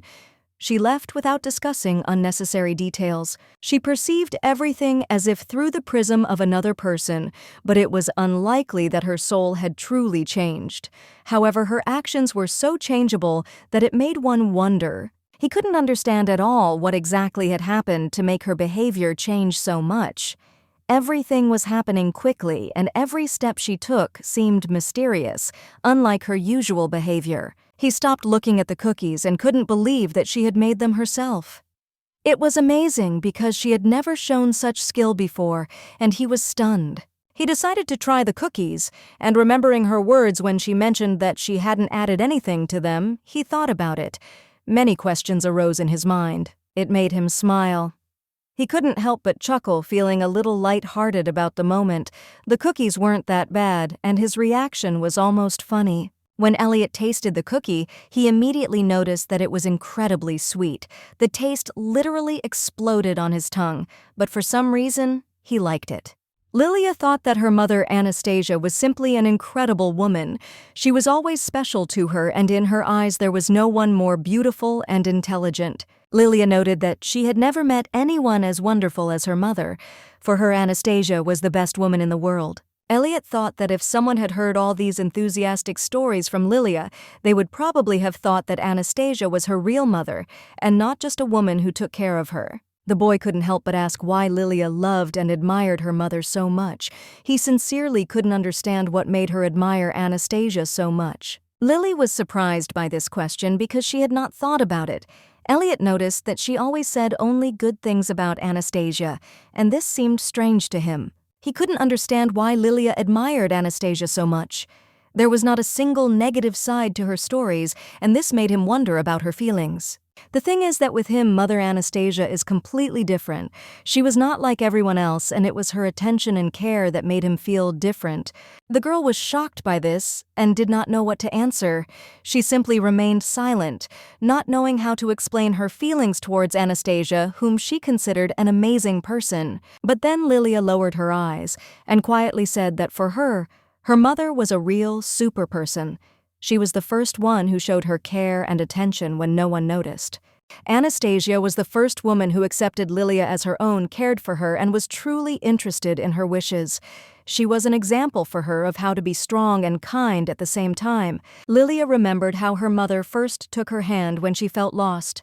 It was so important to her that these moments became a symbol of hope and care for her. Anastasia was also the first to ask Lilia what she really wanted and helped her find something they could do together. She wasn't afraid to be there for her and support her. Lilia believed that a person like Anastasia was like a miracle that came from heaven. She was not just a mother to her, but a real miracle that brought light into her life. Elliot understood her. He sighed and said that now he understood why she admired Anastasia so much. It all became clear when he thought about her words. If he thought about it, Elliot noticed that his mother had really changed a lot lately. She became more open, reached out to him, tried to talk, to give him something. He remembered how Anastasia herself had brought him cocoa yesterday, trying to establish contact, but it had been so unexpected that he had found it hard to believe that a person could change so much. Elliot thought for a moment and then looked at Lilia. She looked strange, as if she was hiding something, and her gaze was such that he couldn't understand what exactly she was feeling at that moment. Elliot realized that he had been deep in thought and had completely forgotten to pay attention to Lilia despite her presence. He had been absorbed in his thoughts, not noticing her condition. Lily looked upset, as if she felt that her actions or words might be the cause of his mood. It bothered her, but she didn't know how to fix it. He understood her concern and tried to calm her down, saying that it was okay. It didn't matter. He said he was just thinking a little, but Lilia's feelings didn't go away. Lilia replied that she had simply forgotten about the situation all this time and had said too much for which she was a little ashamed. She tried to justify herself, but still felt guilty. Elliot realized that maybe he couldn't fix the situation anymore, but since things had turned out this way, he had to act and try to make Lilia happy. There was only one option left: to dispel her sadness and try to make her mood better. He decided that there must be some activity that she would enjoy. With determination, he offered Lilia to play with her, hoping that it would help change her mood and distract her from her heavy thoughts. He himself was ready to have a little fun. Lily was a little surprised by this proposal, but she still agreed. They started playing with the plush toys that were on the shelf. She smiled, relaxing a little. They played with the bears, pretending they were princesses in a bear kingdom where everything was magical. Elliot felt the game was exciting despite the strangeness. Elliot didn't understand why he disliked playing with dolls so much, but despite this, he tried to be involved in the process so that Lily wouldn't feel lonely. He didn't like these games, but Lilia noticed that it was her first gift, a special toy from her mother. It was a moment she treasured and wanted to share. Lilia explained that her mother had bought her these toys. She was proud of them because they had been given with love. It was something important to her and she wanted to show them to Elliot. Elliot couldn't resist playing because he knew how much these toys meant to Lilia. She believed that his participation in the game would help make her day a little brighter. Elliot denied everything, assuring Lilia that he was fine. She suggested going to the hospital, worried about his well-being, but he insisted that there was nothing serious. At that moment, Anastasia came up to them. She didn't immediately understand what was happening, but she saw the children playing, and it was so cute that her heart filled with warmth. Watching little children playing with dolls was so touching that Anastasia could hardly contain her emotions. It seemed so pure and tender that her heart almost broke. Lily was very happy when she saw that her mother had already returned. The lady was simply delighted to watch the children playing with dolls. She smiled, seeing how Lily, with a serious expression on her face, adjusted the dress of one of the dolls, and Elliot, although embarrassed, still took part in the game. Lilia confidently confirmed that the game was going well, but she also noticed that Elliot looked a little strange. His gaze was absent-minded, and his movements were a little stiff, as if he felt out of place. Anastasia felt relieved and happy because now Elliot no longer runs away as soon as he sees her. He doesn't hide behind the servants, doesn't pretend to be busy with something important, but simply stays close, although he looks a little uncertain. With a smile on her face, Anastasia said that it was really great. She nodded approvingly and added that she would gladly join them if they didn't mind. When the Duke entered the room and saw what his wife and children were doing, he literally froze in shock. Never before had he seen Anastasia in such a setting, and especially so enthusiastically playing with toys. Anastasia, without a shadow of embarrassment, declared that she was the king of demons, after which she proudly sat down next to the children and began to play with soft toys, entering into the role with complete dedication. Lilia, watching this with narrowed eyes, said with complete seriousness that she should be more careful and leave the demon king to her, since she knew better than anyone how to deal with him. Elliot readily agreed to this, succumbing to the general excitement of the game, but the Duke continued to stand, not understanding what kind of strange situation this was and how his wife had managed to fit into it. He looked at what was happening and could not believe his eyes. His wife, the majestic and reserved Anastasia, was sitting right on the floor playing with dolls and at the same time looked completely natural, as if this was a normal thing. But at that moment, he heard the joyful voice of his son, who, noticing his father, instantly lit up with a smile and immediately rushed towards him to share his delight.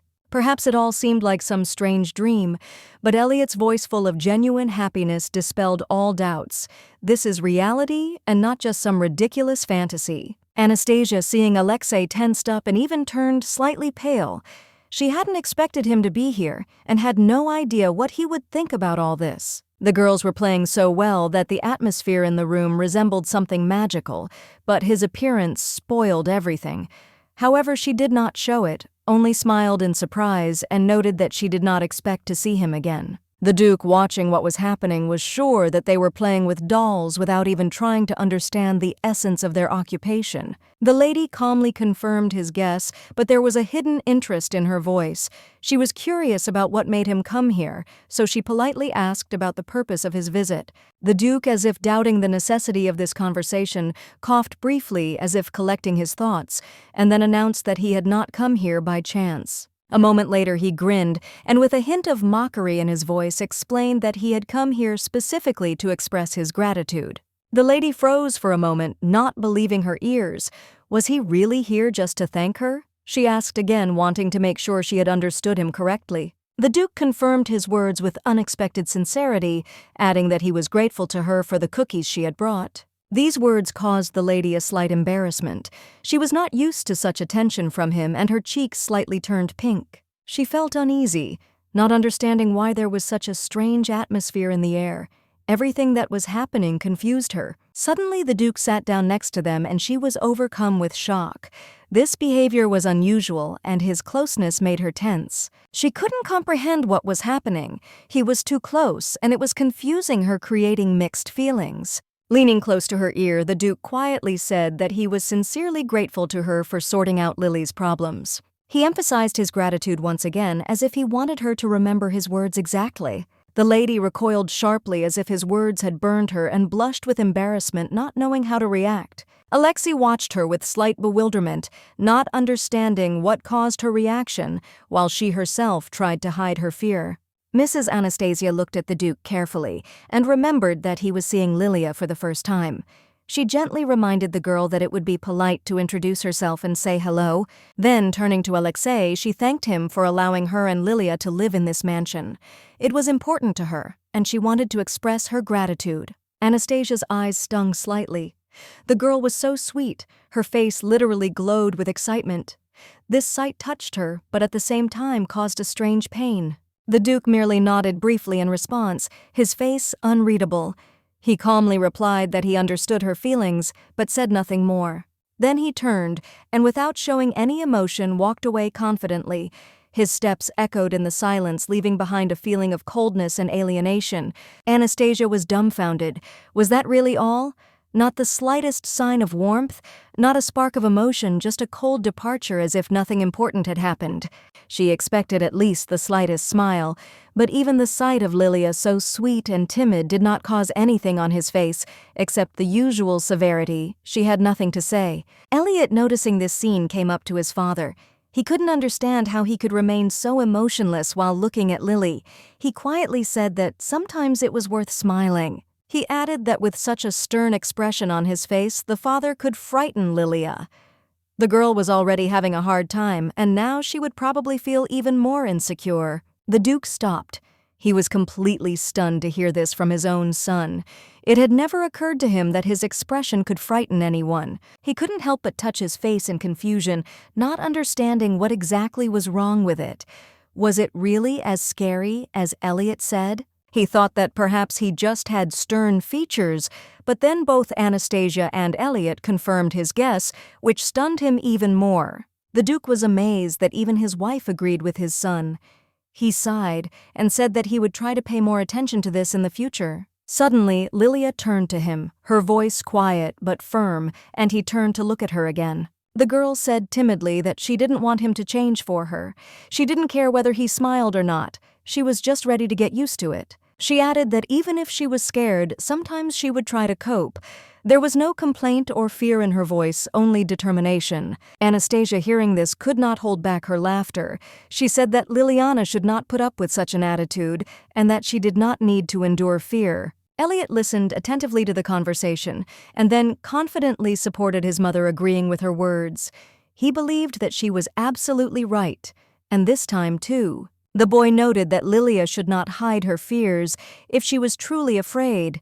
However, the Duke did not fully understand why there was such an unusual atmosphere in the room now. Anastasia, as if nothing had happened, said that it was time to go to dinner. At that moment, something seemed to change in the air. It became warmer, and the Duke could not understand what it was connected with. She then turned to Alexe and invited him to join them for dinner, as if the conversation and tension from a moment ago simply didn't exist. The Duke thought about her words, taking them in. Understanding their meaning, he was a little surprised but did not say anything, and just remained silent. When he finally agreed, Anastasia froze for a moment. She expected a completely different answer, and she was overcome with fear because she was sure that he would refuse. Alexe noticed her reaction and asked why she was so surprised. He couldn't understand why she had decided in advance that he would refuse dinner. Anastasia quickly found an answer and assured him that it was not about that at all. She was just really happy that he agreed. After that, she turned to Elliot, noticing his intense gaze, and with slight surprise asked why he was looking at her like that. The boy did not hide the truth and admitted that she now looked truly happy. Anastasia only nodded affirmatively, agreeing with him. She smiled wider, not even realizing how genuine it was. Her joy was natural, and everyone around her felt it. Her warm, sincere smile made the surrounding atmosphere brighter and more comfortable. Her joy seemed to be transmitted to everyone around her. The Duke could not deny it. He understood and acknowledged it, but still it was incredibly difficult for him to accept such changes. Now he had to admit the obvious. Anastasia had really changed.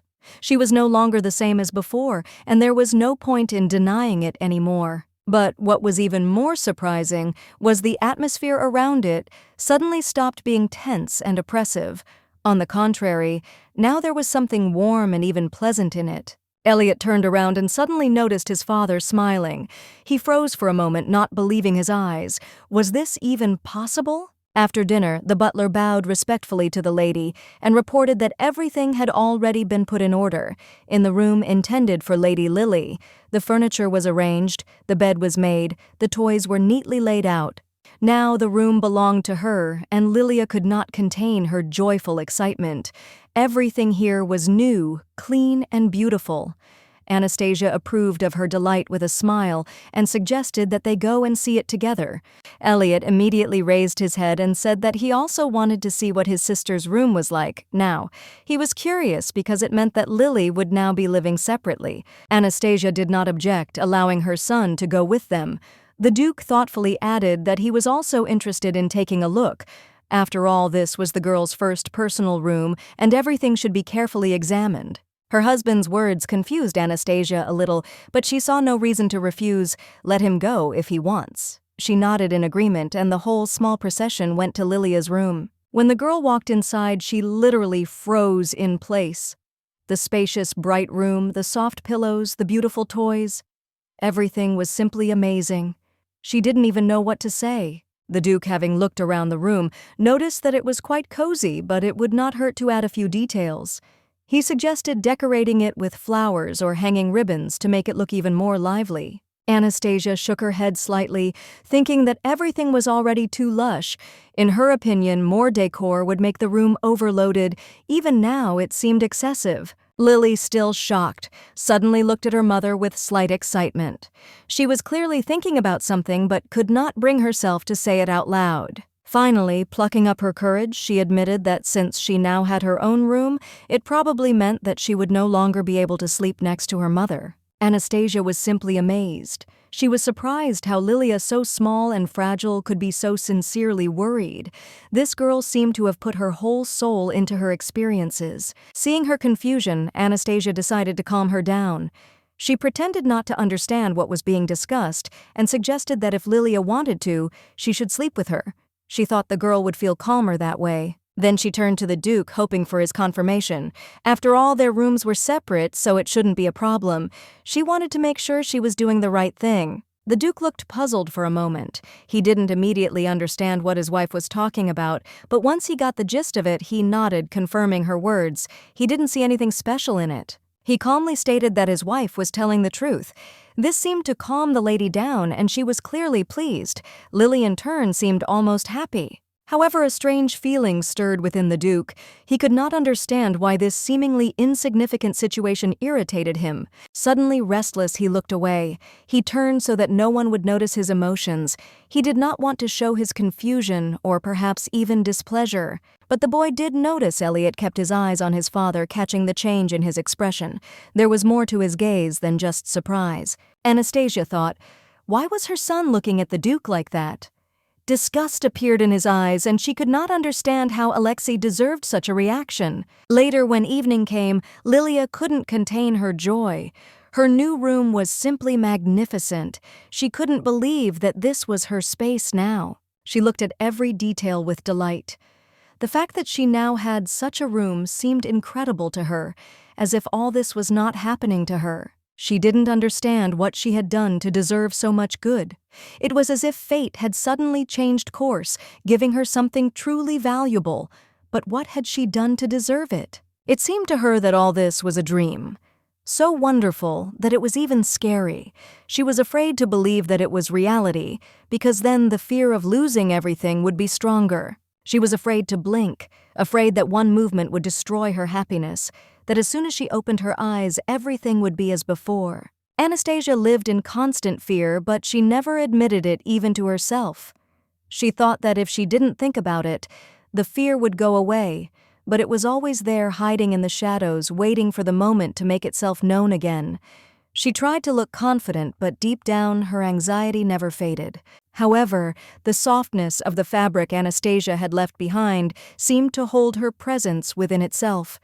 This piece of soft material, the barely perceptible scent of perfume, all of this inspired a strange feeling of calm. Lily carefully touched the fabric, feeling as if Anastasia had left it there for a reason. At that moment, Lilia caught herself thinking that this place seemed to be attracting her. It seemed to be telling her, "Stay, this is where you belong." And for the first time in a long time, her heart was filled with warmth, as if she was truly expected here. Now she could allow herself to breathe deeply, without the fear that had paralyzed her for so many years. The tension inside her eased, but the knowledge that she could not change anything all this time did not allow her to completely calm down. Suddenly a loud scream broke the silence, making Lilia jump. A woman's voice echoed down the hallway, demanding an explanation as to why this wasn't finished yet. She didn't understand what they were talking about, but there was a sense of urgency in the air. Lily froze, listening. Among the noise, she caught a name: Meg. It seemed as if the cries were addressed specifically to this girl. All the new girls here did not know how hard the work of maids was, and it seemed that no one even imagined the difficulties they had to face. Curious about what was happening, Lilia left the room to figure out the situation. Her heart was still beating fast after the unexpected noise, but curiosity overcame her fear. She had to figure out what was going on here. In the hallway, she saw an angry woman shouting at a young maid. According to her, the maid should have realized how much she was bothering others. Lilia noticed how the girl stood with her head down, not knowing how to respond to the harsh words. The girl repeated her apologies with trembling lips, but the woman, not hiding her irritation, grabbed her by the shoulder. In a cold voice, she said that she did not need an apology, because it did not change anything. Suddenly, her hand moved forward sharply, and the girl, unable to hold on, fell to the floor. Dust flew up, and an ominous silence hung in the room, broken only by the heavy breathing of those present. Lily, watching this scene, could not believe her eyes.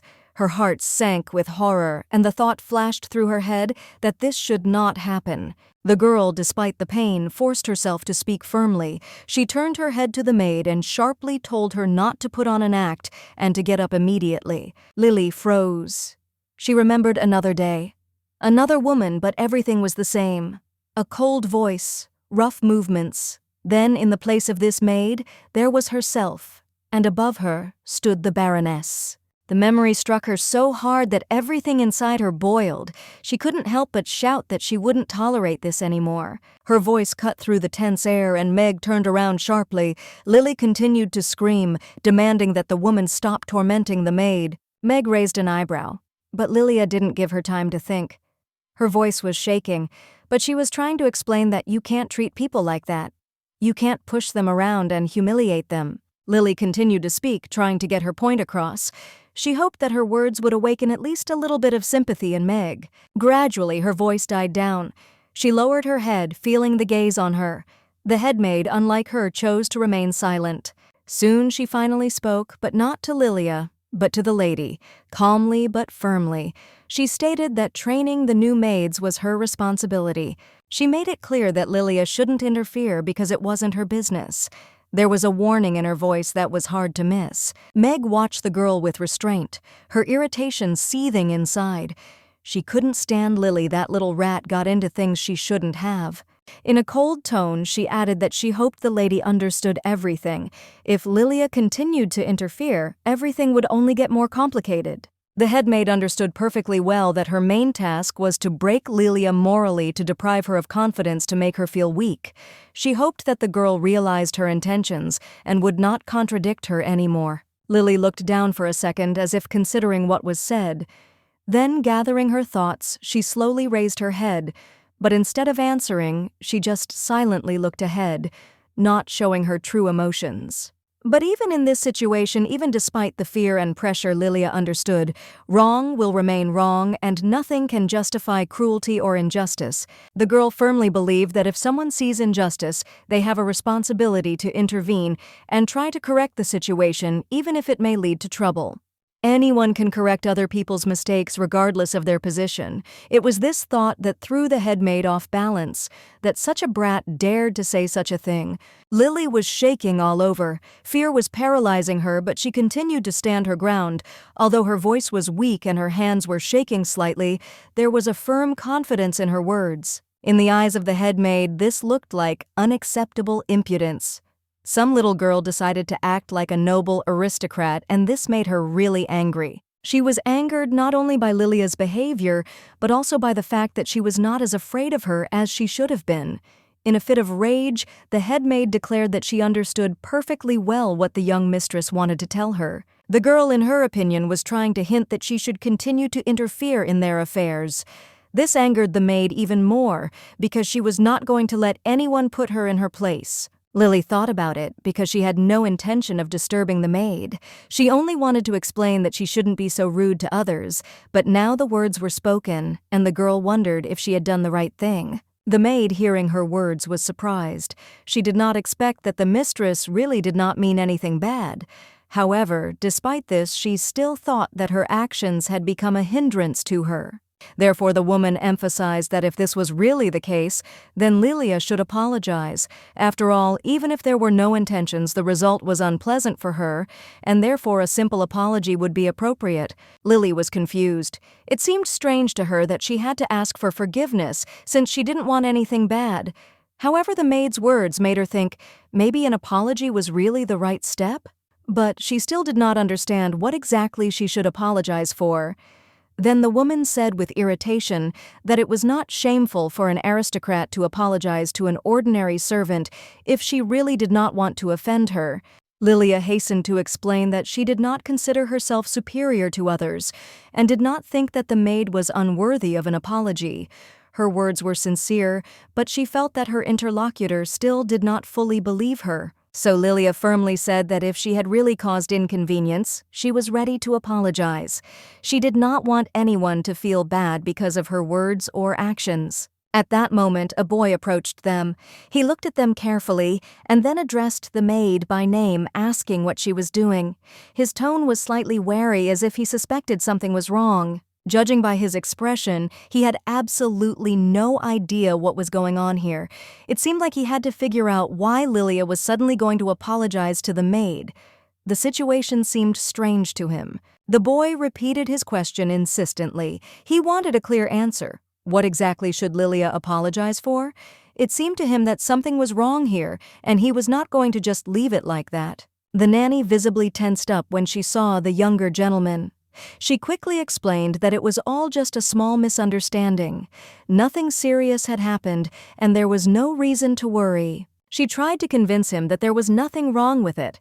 Education should take its course, but the situation had already been resolved, and there was no need to attach any unnecessary importance to it. But the boy seemed to have a different attitude.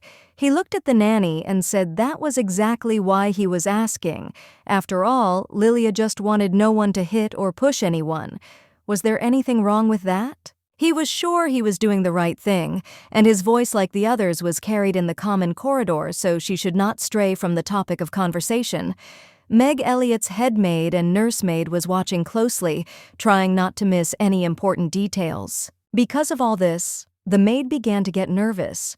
She was overcome with excitement. She understood that because of this little Everett had completely lost her vigilance and did not even look around as she was used to doing in such situations. Elliot approached. Lily looked at her carefully and asked if everything was okay. However, the girl was more concerned about the maid's condition. In her opinion, it was more important to find out how the woman was feeling rather than talk about her own condition. Meanwhile, the maid, noticing the children's uneasiness, pulled herself together and said that she was fine. She didn't want anyone to worry about her because it was just a momentary weakness that she had already overcome. Meg felt guilty and apologized. She knew she had done wrong, and she wanted to make it up to him a little. Perhaps her words had sounded harsher than they should have, but it was important to make amends now. But Elliot didn't want to listen to her excuses. He firmly stated that he didn't want to hear another word from her.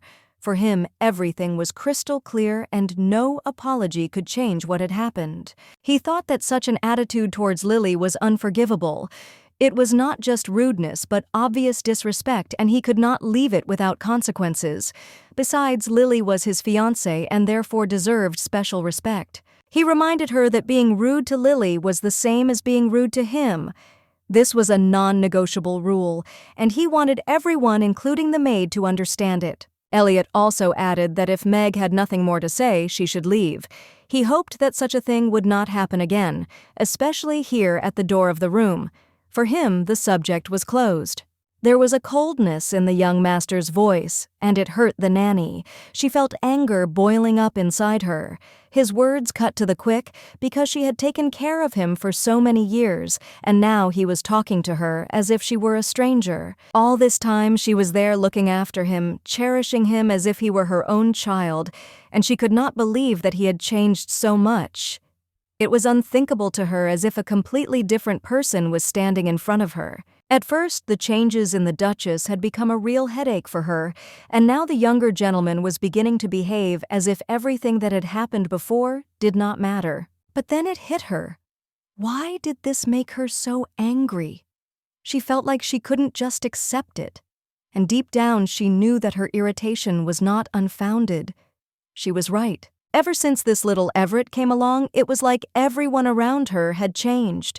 People acted differently, like they were trying to please her, paying too much attention to her. It was annoying. It seemed to her that the only way out was to get rid of this little thing. She was in the way she was unnecessary. Not directly, of course, but you could put pressure on her, make her disappear without a trace. She couldn't attack the girl openly, but there were always other ways to influence the situation. Pressure cunning. These were her main weapons. She burst into the maids' quarters, taking them by surprise. They looked at each other, not expecting to see the headmaid in front of them, and were clearly nervous. One of them dared to ask why she had come to their lounge. There was nothing forbidden about it, but such a visit always promised trouble. She complained with a tired expression that she had been overloaded with work. Lady Lily had only recently arrived, but the life of a servant had only become more difficult since then. Hearing her words, the maids perked up. They themselves were unhappy with the new order, but they couldn't do anything about it, and here was such an opportunity. Meanwhile, the lady noticed that Lady Lily seemed completely unfazed by their discontent. It was as if she did not notice the changes around her. It was unfair, but what can you do? Anastasia, on the contrary, noticed the wonderful weather outside. The day turned out to be truly pleasant. She turned to Lilia, her voice calm. Why not take a walk in the garden? Nature, fresh air. A good place to escape from worries. Lily didn't even know they had a garden. It seemed like a surprising discovery, but a walk in such a place really sounded tempting. The walk with her mother was not only pleasant for Lilia, but also exciting because it meant spending time in the fresh air surrounded by a beautiful garden. She happily agreed without hesitation. Elliot noticed that his mother and Lily were going out somewhere, and this made him wonder. He didn't know where exactly they were going, but he was curious and decided to find out. Without thinking twice, he called out loudly to Lilia, asking where they were going. He wanted to know why they were leaving and whether he should join them too. Lily turned to him and, without hiding her smile, said that she and her mother were going to take a walk in the garden. She was clearly in a good mood and was looking forward to the walk. The girl added that if he wanted, he could go with them. Her voice sounded so friendly and cheerful that it would have been simply impossible to refuse the invitation. Anastasia couldn't hide her delight. She didn't understand how the children had become so close so quickly. Everything turned out to be as she thought. Children easily find a common language. You just have to give them a little time. Lily happily waved at Elliot, urging him to hurry up. Smiling, she told him to hurry up, and the boy, without thinking, rushed down the stairs to join them. Looking at them, Anastasia couldn't help but smile. They seemed like little yellow and black chickens scurrying around. Her heart was filled with a warm feeling. But suddenly she stopped, and looking at the children, asked if they wanted to go first without her. Her voice was calm, but there was something thoughtful in it. The children immediately became interested and asked why she wasn't going with them. Anastasia replied that she had suddenly remembered something important and wanted to pick it up first. In fact, she wanted to take a book of fairy tales with her. She had wanted to read it to the children for a long time, but she always forgot. Now it seemed to her that the moment was the most appropriate for this. Thinking about how much fun they would have listening to the stories, she imagined Lily and Elliot listening attentively, remembering every word. She wanted this story to remain in their memories. As they walked out, Elliot suddenly remembered something and walked up to Lily. He leaned over and asked her with interest if she wanted apple pie, as if he was offering her something special. Lily's eyes widened in surprise when she heard the question, but she nodded almost immediately, indicating that she certainly wanted to try. The pies from their kitchen were always delicious, but the boy decided to surprise her even more. He wanted Lilia to feel the incredible taste of apple pie. The girl thought, from behind the boy looked just like her mother, and if he starts running as fast as she used to, he might slip and fall. The thought that something might happen to him made her nervous. She felt that she had to take care of her fiancé and worry about him. When he walked away, she turned her gaze to the garden, her attention now entirely devoted to this place. There was a beautiful garden all around which looked especially picturesque. She had never seen anything like it before. It was truly magical. Everyone around her was so caring about her. Everyone was trying to do something nice for her. It seemed to her that every person here only wanted the best for her. This was enough for her to feel happy. The simple care from those around her filled her heart with joy. But suddenly she heard a voice. Turning around, she tried to see who was speaking and understand what was happening. They were the maids talking quietly among themselves. They were discussing the mess in the kitchen, complaining that cookie dough was scattered everywhere. Lily immediately realized that the conversation was about her and her mother. But why? After all, they tried to work carefully, and the dough was definitely not scattered. One of the maids sighed as she said she had to clean everything. She added that even her muscles began to ache from such hard work. As if it wasn't difficult enough, and now there's even more to do, and all because of the lady. Or Lily froze when she heard her name. She couldn't believe that she was being discussed in such a tone. Lily wondered if she was causing difficulties for the maids. Perhaps their work had really become more difficult with her arrival, and she just hadn't noticed. This thought frightened her, but the servants' conversation did not stop. They continued to complain that after the lady's arrival, there was more work, and now they had to serve another person. Serving the new family member was not an easy task. They had already had to work hard, but now the responsibilities had increased, and this caused discontent. They also discussed how the lady herself had changed with the arrival of the young lady. She became stricter with the servants and paid more attention to Lady Lily. If before the Duchess hardly noticed them now, she took care of Lily, but became more demanding of the servants, which also did not go unnoticed among the servants. They sympathized with the younger master and complained about the injustice. Their words alarmed Lilia, causing her to feel anxious. The servants discussed how the mistress's attention was now focused on Lily, and this could have a bad effect on the younger master. They said that the Duchess had always been cold to him, but suddenly changed and became kinder to Lilia. All this, in their opinion, happened because of her. These words made Lilia think she didn't realize how much everything had changed with her appearance, and now she felt guilty. Perhaps she really did make things more difficult for those around her, but then one of the maids stood up for her, claiming that everyone was wrong. The girl pointed out that she had personally checked the kitchen after Mrs. and Lady Lilia's visit. There was no disorder there, and the work had not increased. Neither the cookie dough nor any other traces of cooking were a problem. Their talk of it was exaggerated. Lilia recognized in her the same girl she had once stood up for. She felt grateful for her support. The girl continued to insist that none of them could know exactly what had happened between the lady and the younger gentleman. However, everyone found the culprit too easily, hastily deciding that it was because of the young lady. No matter how much Lily thought about their words, it all seemed to her like just stupid guesses that had no solid basis. The maids, who had been working in the house for a long time, were quite surprised when they heard the new girl's voice. They were not used to one of the younger ones daring to speak as if she could be their equal. Lily noticed their reaction but did not understand what caused such a storm of emotions. They looked at each other and then burst into laughter as if they had heard something incredibly funny. One of them, curling her lips, said contemptuously that the new girl was simply a pitiful sight. She was not only inexperienced but also stupid, ignorant, and completely unaware of how things worked here. Another added that if she can't work fast, she should at least be smart, but she constantly behaves in such a way that her elders simply can't stand her, and this is not surprising at all. Lily looked at the maid in question and noticed tension in her gaze. She clearly had not expected such a turn of events. The girl, however, quickly pulled herself together and replied that she had quite enough free time. Hearing this, the maids immediately came up with a task for her. Since she had so many free minutes, let her immediately go to the warehouse and clean there and without anyone's help. Lily saw the girl turn pale. Apparently she understood that she would not be able to cope with such a task. General cleaning of the warehouse is carried out only twice a year, and on this day all the servants work there at once. But the maids just shrugged their shoulders and indifferently said that it was only her fault. She interfered too loudly and other people's conversations got involved, where she wasn't wanted and didn't understand at all when it was better to remain silent. The newcomer still hesitated but quickly realized that she had no choice. Since she had just arrived here, she had no choice but to obediently follow the orders of her elders. Lily did not sit back and watch what was happening and firmly stated that she was fed up with all of this. She was not going to tolerate it any longer, knowing that it was because of her that the quarrel had broken out. She knew that this whole altercation was her fault, so she decided it would be best to end the argument before it got any worse. Lily confidently said that if someone didn't like her, then let them be angry with her.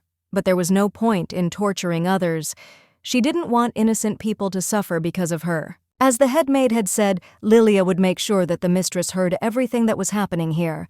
This was her little revenge for the injustice. She naively believed that she was acting as an angel of justice, although in reality she was simply butting in where she shouldn't. Her interference was irritating. Lily firmly stated that the Lord must know the truth. They had not said it on purpose. She sincerely believed that in this way she could correct the situation, but suddenly, Ms. Anastasia herself intervened, clarifying that if what was said was not intentional, then it was a mistake. Her tone did not bode well. Those who were talking froze in fear. They turned around and saw the lady who was looking at them intently, noting how surprising it was to hear such conversations. As always, once she was out of sight, the discussions became much more interesting. But now they were caught off guard and everyone felt extremely awkward. Their fear was so great that they seemed to be petrified, not knowing what to say or do. No one expected the lady to be there at such a moment. Anastasia noted with a slight smile that she seemed to have once again interrupted their enjoyment of the conversation. Then she emphasized that no one was stopping them from continuing the conversation. The maids were very frightened and could not understand why their mistress decided to come at this moment. They knew that they had done something wrong, but they did not expect that it would attract her attention now. Their hearts froze in fear when they saw her enter, looking at them with a stern look. They didn't understand what exactly she said. It seemed that fear had muffled their hearing, or they simply didn't dare to perceive her words correctly.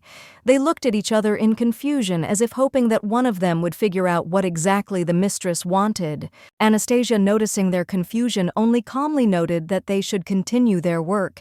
Braiding her long hair, she added that she did not intend to waste her time on their bewilderment. Work.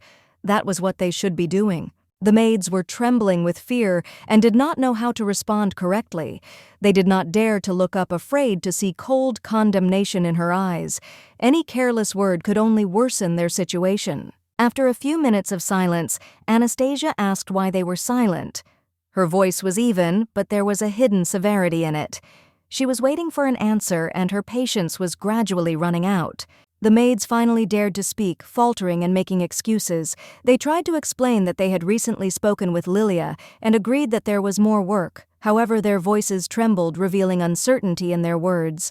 Anastasia listened to them attentively, but none of their excuses seemed convincing to her.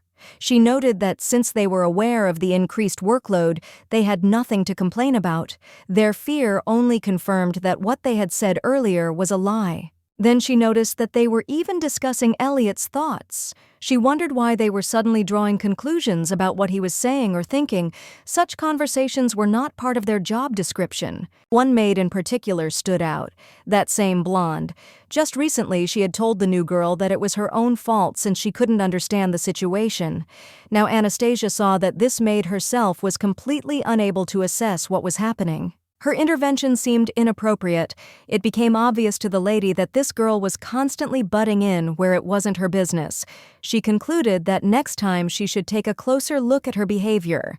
The maid immediately began to apologize, almost losing her composure from fear. Anastasia thought, after all, this girl has been working in the estate for a long time.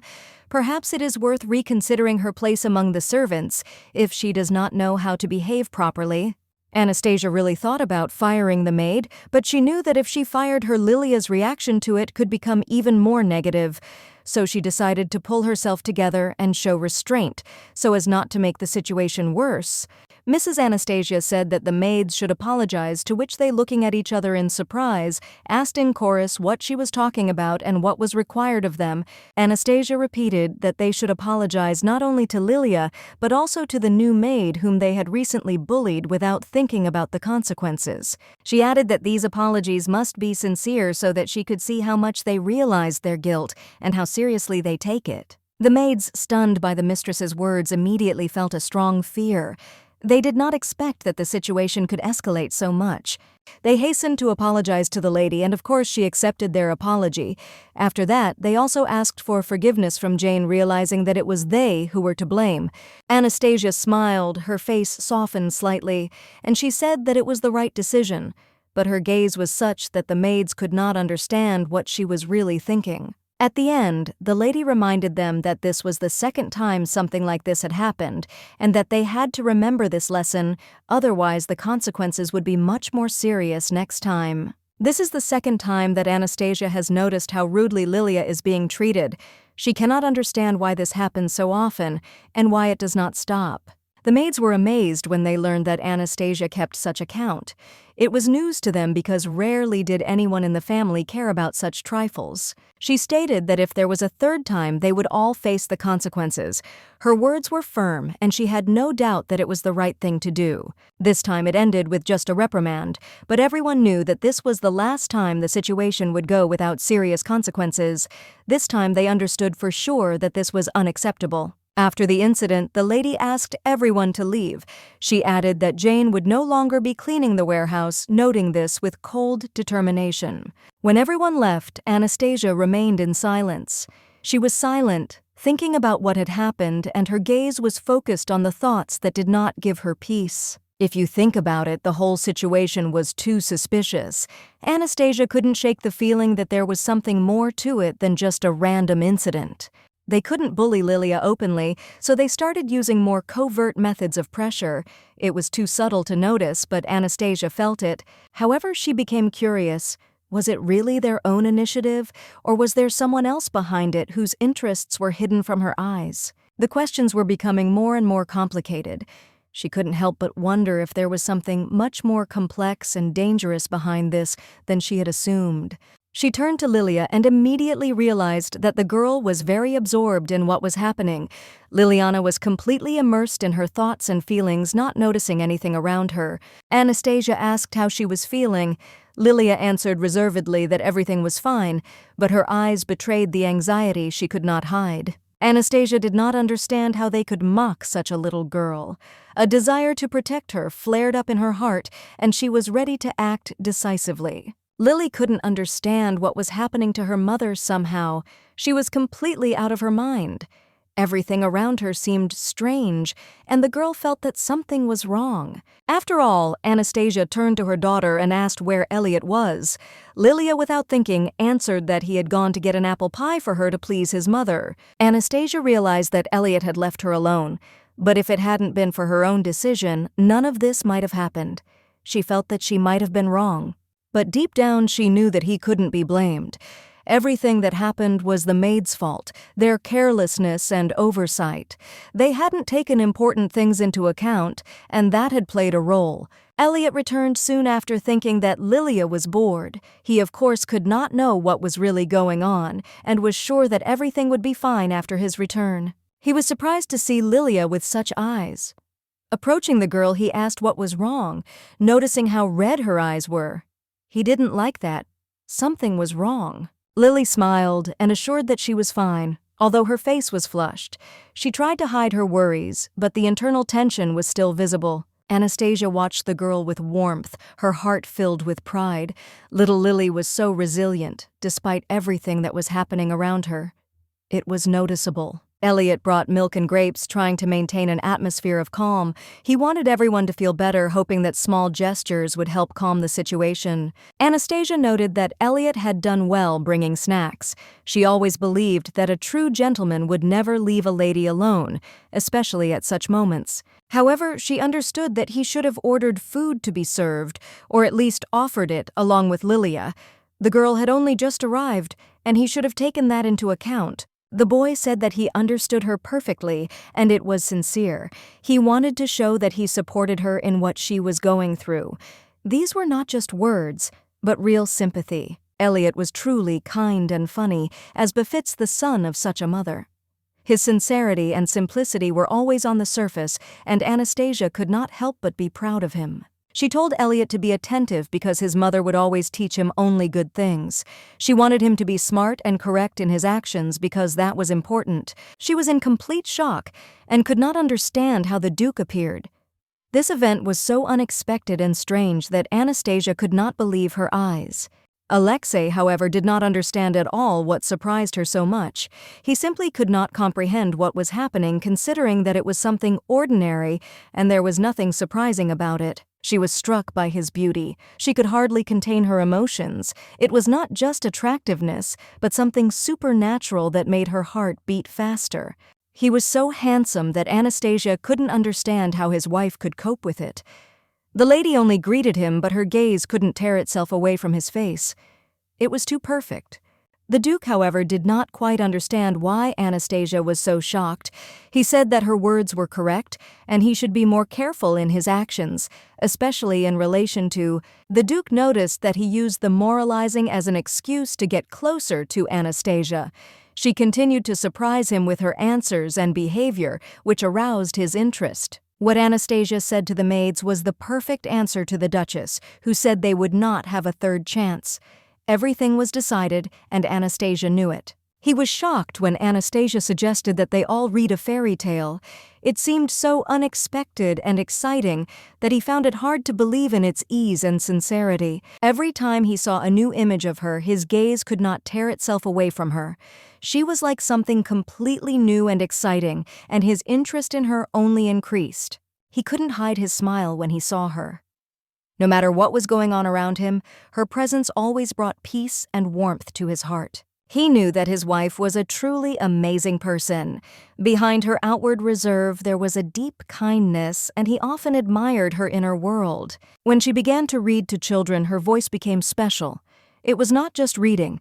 She transported them into the world of a fairy tale, and they listened with bated breath. Elliot and Lilia always listened attentively to her stories. The children were enchanted by her style of reading, and Anastasia seemed to be able to give each of them a special world. Today, she read a story about chickens, and the children, despite its sad ending, believed that they could be saved. With every word, their hope grew stronger. At one point, Elliot turned to his father and suggested that he read something. His suggestion sounded unexpected and a little funny, as if he was playing a game. Alexe asked again in surprise. He couldn't believe that his son had decided to turn to him. Elliot confirmed, and they both realized that something interesting was about to happen. Alexe didn't know what to do. His eyes became helpless for a moment, like a little puppy's, but then he decided that he had to try at least a little. After a pause, he finally agreed and began to read. Despite his doubts, he understood that this was a chance to get a little closer to the children, even if reading was not his strong point. But it was immediately clear that Alexe couldn't read like she could. He tried to be serious, but his expression only increased the tension in the room. The children sensed it immediately, and although they were used to her soft and lively reading, what happened now was foreign to them. They felt not entirely comfortable. Anastasia, watching this, could hardly contain her laughter. He tried, but this was clearly not his element, and she could not help but notice how artificially he did all this. He read with such intensity that it became monotonous and difficult. His tiredness was heard in every word, and the children immediately felt it. Elliot, noticing how hard their father was reading quietly, said that he had had enough. He did not want to listen anymore. He did not like this new style. He added regretfully that it would have been better if his mother had taken up the story again, because his father's reading had turned out to be a real mistake for the evening. Anastasia smiled, saying that she would definitely read them a fairy tale. There was warmth in her voice, and her eyes reflected a slight joy at this idea. She always believed that the Duke was good at everything he did. His ability to cope with any task inspired her. She trusted him completely. However, despite all her confidence, she felt a little awkward. She apologized, saying that perhaps this was not the moment for laughter, but she still couldn't help it. The Duke didn't answer. He seemed irritated, and Anastasia immediately realized that she might have gone too far with the joke. The silence stretched out as if the air was growing thicker. The Duke sighed and covered his face with his hand. He was clearly unhappy, and this made Anastasia feel even more awkward. She didn't know how to put everything back in its place. She knew his irritation was genuine and immediately decided to try to do something to fix the situation, but she didn't know how to approach him. Anastasia turned to the Duke with a request, but he replied that nothing of the sort had happened. His voice was even, but there was still a shadow of discontent in his eyes. After that, he simply looked at her, and Anastasia felt a slight smile on her face again. She tried to bring lightness back into the atmosphere, but the internal tension remained. He said he had to get back to business. The documents had been waiting a long time. There was no anger in his tone, but there was no warmth either, just dry business politeness. She had long since gotten used to the fact that he rarely showed his emotions, but this time something was wrong. It was as if he had moved away from her, and she felt strange in how she perceived him. He didn't understand why she was so beautiful. It confused him, and so he started to walk away, feeling his face turn red. He couldn't explain this feeling. He didn't know what was happening to his heart. And the lady saw him like this for the first time. Perhaps it was all because he was so upset by the badly read fairy tale. Since then, she began to think that she needed to be more careful, especially with things that could lead to such difficult situations. She tried to avoid unnecessary worries. His heart could not calm down, and the Duke walked around the palace all red as if he did not know how to cope with this new feeling that had taken hold of him so strongly. He was no longer a 13-year-old child, and now it seemed stupid to him not to understand what was happening to him. This behavior was increasingly confusing to him. He decided that he needed to distract himself with work so as not to think about it. He hoped that through physical exercise his thoughts would calm down a little and come into order. On the way, he unexpectedly met Meg and was surprised to see her. He did not expect to meet her in such a place, and this moment made him think. The maid was also glad to see him. She said that she had an important message that she wanted to give him. This interested him, and he became more attentive. He wondered what the butler had said about some rumors that concerned the servants. What he had heard turned out to be true, and now he had to figure it out. The Duke was surprised because Meg never spoke of such things. Usually she always insisted that Mrs. Lily was feeling well and that nothing was bothering her. He found Meg unpleasant, and he didn't know whether he could trust her. She said that if there was something important, it would be better to tell the butler who would pass the information on to him. The maid asked him to stop because she needed to talk about his son. This made him freeze, and he waited with interest to see what she would say. The Duke, a little surprised, stopped and told her to tell him he was ready to listen to what she was going to tell him. The Duke turned sharply when he heard her say that something had happened to Elliot.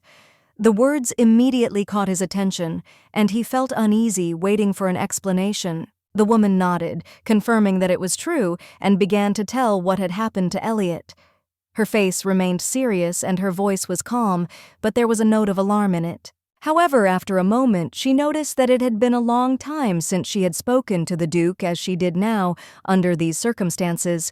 This caused her cheeks to flush, and she fell silent. The Duke didn't understand what she meant. He was confused by her words and didn't know what was going on at the moment, as if he didn't know how to react to her behavior. She finally explained that these memories brought back to her the old days when he was a younger Duke, and she was by his side caring for him like a caring and devoted woman. At such moments, she always wanted to return to those happy times, but blushing, she quickly returned to the matter at hand, reminding herself that she had to speak to the point. The Duke, after listening to her, suddenly noticed that she had just said that she had news about his son. This immediately attracted his attention, and he braced himself for important information. He insisted that she speak clearly, briefly, and without unnecessary details. He was ready to listen, but only to the important facts without wasting time on unnecessary talk. The maid was slightly startled by his stern tone, but nodded. She said that she understood everything and added that this concerned the Duchess herself, not only Elliot. She noticed that the Duchess often took care of the ladies, but sometimes forgot to pay attention to the younger gentlemen.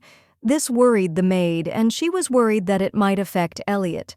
The woman finished her words by adding that the Duchess sometimes becomes overly caring and forgets about other duties, including attention to the younger gentleman. The maid noticed that the talk about favorites seemed to be going on. She remembered one of the maids talking about it a few days ago and wondered where it all came from. He wondered who could be the source of these conversations. After some thought, he realized that it was the head maid who usually had such conversations. The girl realized that she was in big trouble now if he found out that she was behind these rumors. She knew that it could end very badly for her. The woman immediately fell to her knees in front of him, begging for forgiveness. She explained that she was not at all to blame, and that it was a very delicate matter that she had decided to discuss with him alone. She said she shared this because she genuinely cares about him and wants to help him understand the situation, even if it seems like meddling in other people's affairs. But according to her, she did not spread rumors, but on the contrary, she believed that it was necessary to pay attention to the opinions of other maids. After all, it is important to understand what they think about what is happening. She was sure that her opinion mattered and should be taken into account, especially if the other maids also shared her point of view about how the mistress treated the younger master. The Duke remarked that she should know her limits in such matters. He pointed out that the maids were already beginning to treat Lilia too arrogantly, and the only thing that could be done was to pay more attention to her. He noted that if she had trained the maids properly, none of this would have happened. He did not realize that her words were a real insult to his wife, and she needed to be aware of that. The maid was shocked, and the Duke calmly explained that if a servant is dissatisfied with her mistress, she is obliged to directly report it, even if it is not easy. However, she came to the Duke declaring that he was not allowed to do so. She openly accused her mistress, claiming that he should explain her behavior to her. He remarked that she would now have to take proper care of everything, and that she had better understand that he did not intend to continue talking to her on such a subject any longer, so he forbade her to come to him directly. If she had something to say, she was to convey it through the butler and not to interfere with such statements. This made her extremely angry. She considered such measures to be absolutely unacceptable, and she was not going to put up with it so easily. She had known the Duke since childhood, and he, in her opinion, had no right to treat her like that. He could not do that with her respect, since they had been friends for a long time. The changes in this woman's behavior were becoming more and more obvious and problematic for her. She could not understand how everything had changed so quickly and what to do about this situation now. Previously, as the head maid, she could influence many things. But now everything changed because the mistress was no longer interested in the household, and her role was no longer so important. She realized with surprise that she was simply lucky to become the mistress of Valois, but she herself was of low birth from the family of a marquis. At first, she threw off all the duties of a mistress, but now she pretended to be a duchess. This made the headmaid very angry. She thought that all this was unfair and that it was impossible for the situation to develop like this. Her anger melted inside her. She knew she could never become the Duke's wife, and for that reason, she decided to work on his estate, occasionally running into him, hoping that something would change. Anastasia felt how she gradually became a real mistress, managing all the maids, which brought her special pleasure. At that moment, she felt power. It was the only thing she could control at the moment, and to take even that little joy away from her would be cruel. After all, the Duchess was not a good person. It was hard to resist her now, but Anastasia wasn't going to just give in. She wasn't ready to go with the flow and let things go their way. Anastasia wanted to analyze everything and figure it out, but since everything had gone this way, there was no point in wasting time. It was necessary to act, because there was no choice left. She approached the maid and asked her to convey an important message to everyone else that needed to be carried out as quickly as possible. Everything was set for an important moment. All the maids were to immediately gather in the break room. Anastasia was waiting for them there, where she could begin to solve problems related to her future plans. Everett had become a source of irritation for her. Anastasia knew she needed to find a way to deal with this annoying girl and put an end to all this. That day, despite all the fuss and stress, Anastasia suddenly felt that the day had been successful. This feeling was new and slightly calming. She watched how happy they looked with the children, and also how the Duke revealed a different side, showing qualities she had not noticed before. The smile froze on her face. There was something tender about it, something she hadn't seen before, but now she realized the Duke wasn't as unapproachable as he seemed. But it was better to forget about these thoughts for a while. Anastasia was tired, she needed to sleep. She decided that it was better to rest so that tomorrow she would be able to solve everything. As soon as she settled into bed under a warm blanket, Anastasia felt a huge sense of relief, but suddenly someone knocked on the door, disturbing her peace. Anastasia couldn't understand what could have happened at such a late hour. Who could have come to their house and what led to this? Her brain was working at full capacity, but the answer still didn't come. She heard someone knocking on the door, and the maid who stood at the threshold immediately explained that she apologized for the late visit. She was worried that her mistress would not approve of her arrival. When Anastasia looked at the maid, she immediately realized that this was the same girl she had seen in the garden. There was no doubt, it was definitely her. The maid immediately confirmed her words, and Anastasia noticed that she had come for the very reason that she herself was going to talk to her about. Everything coincided, and it was strange. Jane was a little taken aback by her mistress's call. She felt that her gratitude for her openness and help to the other maids had been in the air for a long time, but she had not expected this turn of events. The maid was glad that her work was appreciated, but she emphasized that it was simply her duty. She was still grateful for the words of appreciation, which always sound pleasant. Anastasia couldn't help but ask, what brought her here at such a late hour? Her intuition told her that it was no accident, and she wanted to know more. The maid hesitated but admitted that the situation was difficult.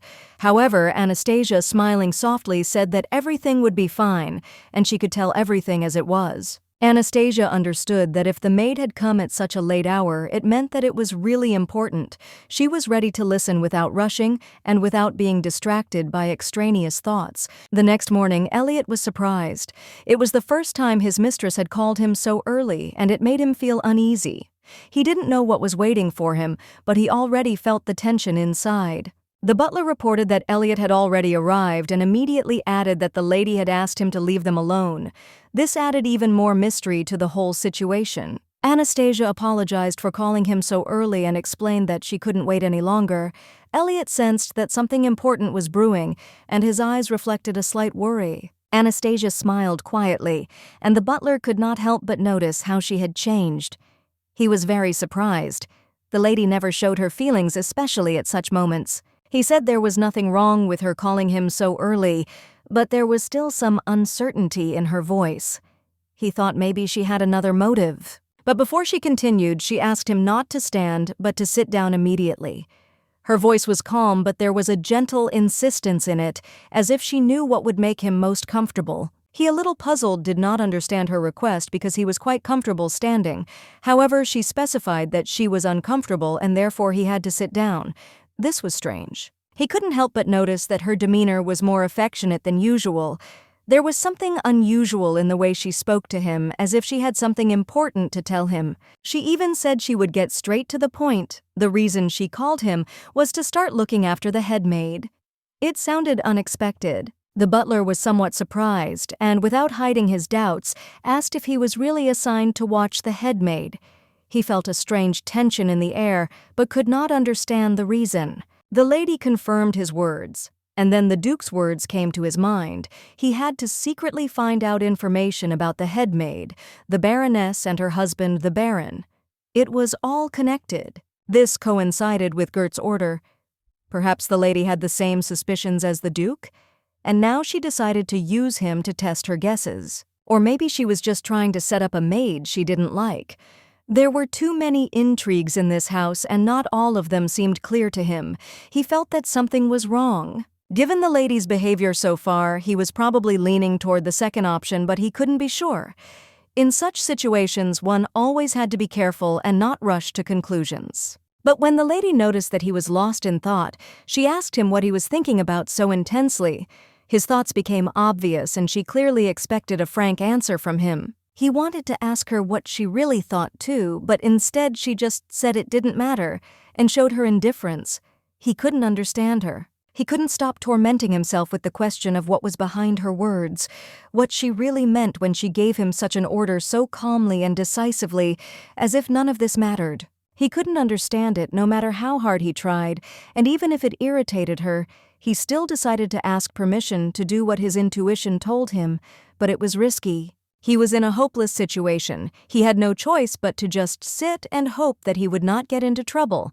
His thoughts were confused, but he could not understand how this would all end. The lady was somewhat surprised by his request, and the butler tried to explain that he did not want to offend her or do anything wrong. All he wanted was to avoid misunderstandings. He didn't want to be part of this cruel circle. He didn't want to take part in the cruel games that were going on in this house. He didn't think it was his role to be part of this bullying. Everything that was happening around him was the result of his duties. He had to keep order in this mansion, although he understood that he often found himself in difficult situations that prevented him from doing his job.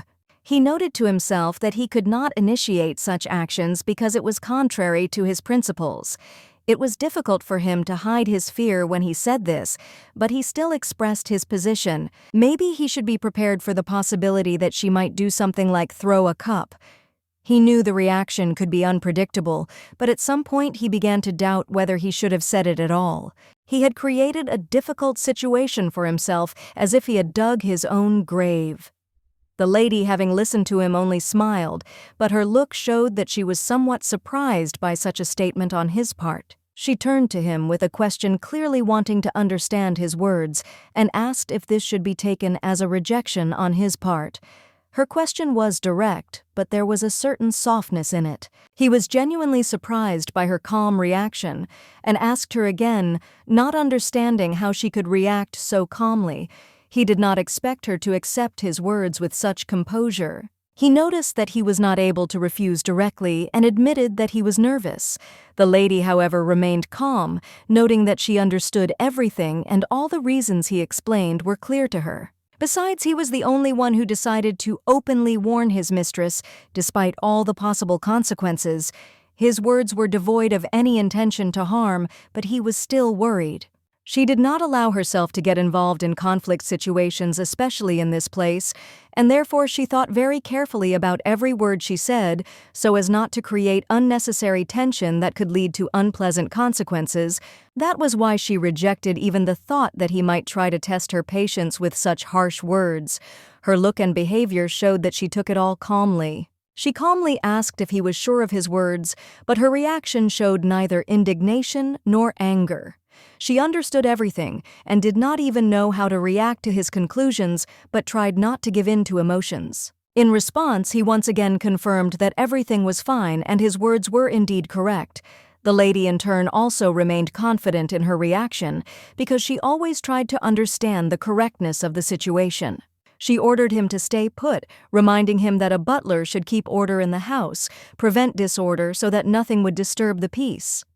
However, was everything appropriate for such an attitude on her part? At some point he felt anxious, realizing his mistake. Confusion overwhelmed him when he realized that he had done something unacceptable.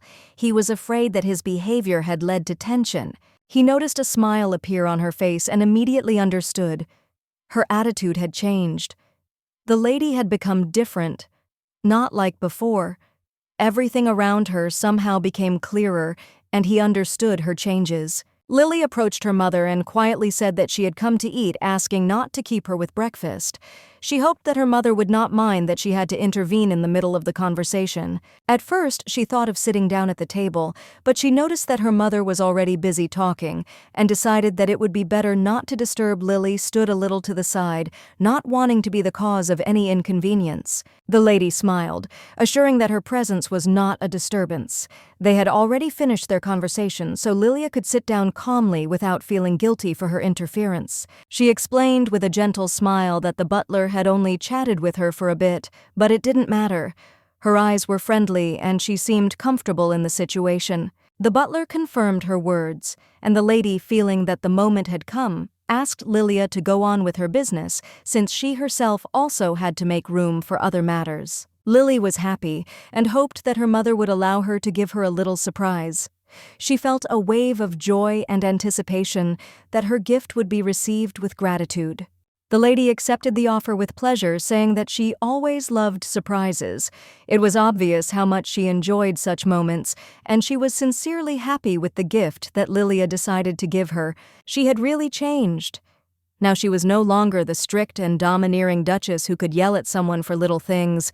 This woman had become softer, calmer, and kinder than ever before. The lady apparently was a different person.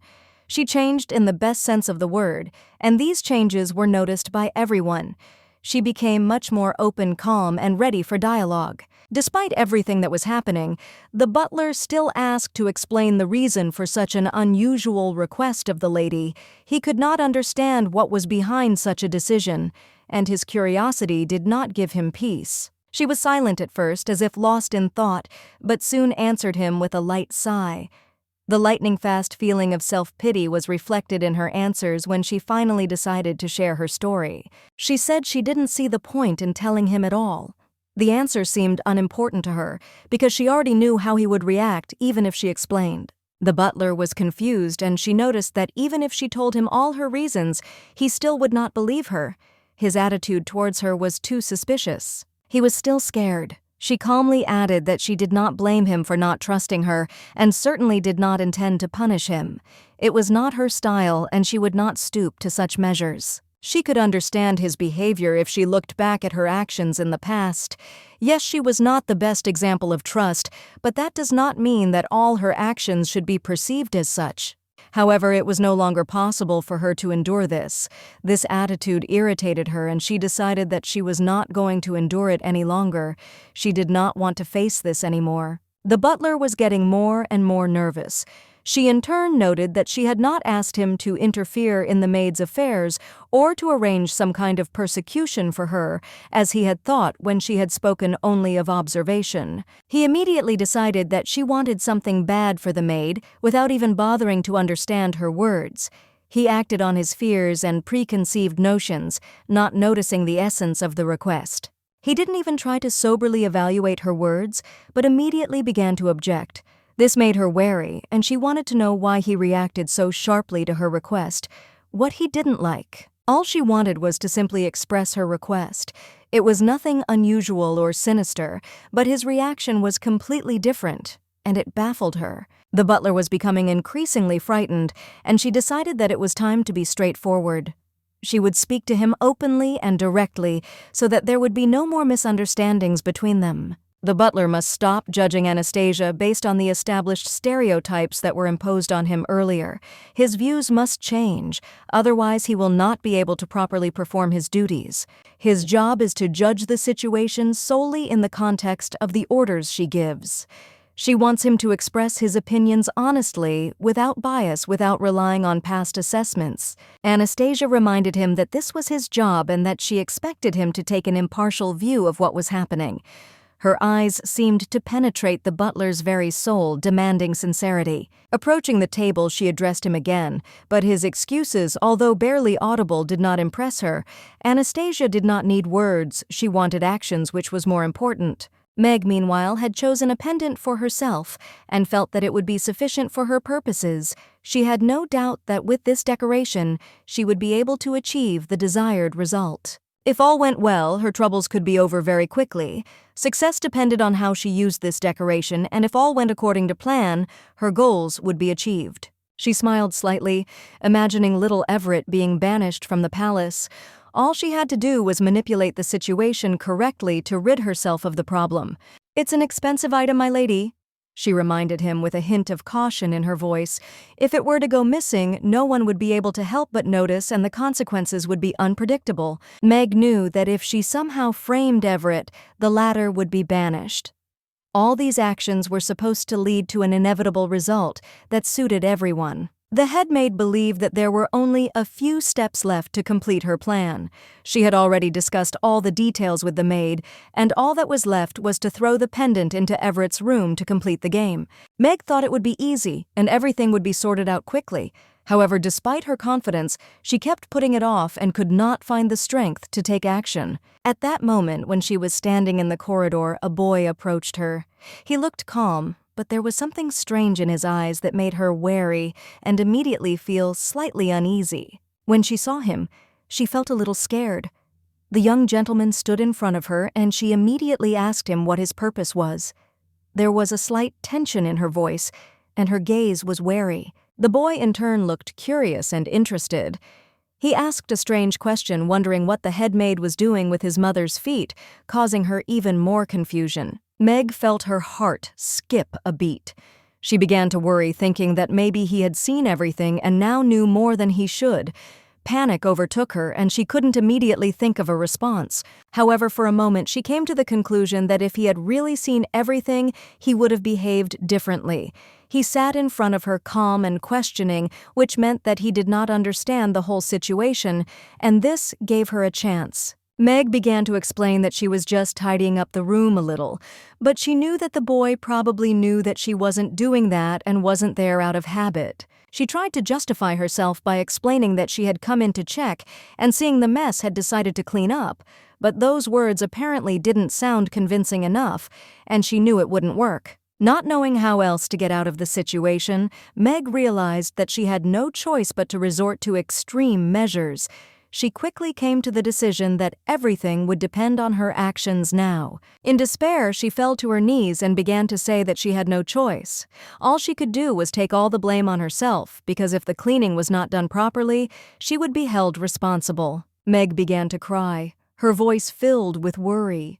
She was worried that if the truth about her actions came out, it would all be on her conscience. And this did not give her peace because the consequences could be very serious. Tears were streaming down her cheeks, and she said that if God knew about this, she would definitely be angry.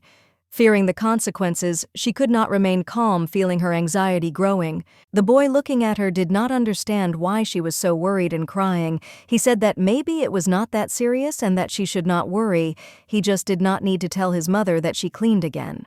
Meg calmed down a little and looked at the boy with gratitude. She confirmed that he was right and said that she appreciated his help, but deep down she felt that she had no one else but him. She did it because she knew it would work. He was just a kid and she had been his nanny for years. He trusted her, he didn't doubt her, and that worked in her favor. She said that she would never forget his kindness, promising to keep the memory of this moment. The lady, however, did not say another word, and quietly looked out the window watching the garden. She watched the children play carefree in the garden. It was a peaceful moment, and there was something pure in their eyes as if they were heavenly creatures. Sitting there, she felt that this moment reminded her of heaven. She often admired them, always experiencing tender feelings when she saw them playing and laughing. At that moment, the butler knocked on the door and reminded her of his presence. The lady, without taking her eyes off the window, calmly allowed him to enter. The butler said that there was something important he had to tell her. The lady, not surprised, replied that he should speak at once without delaying the important news. She thought there was only one reason he had decided to approach her.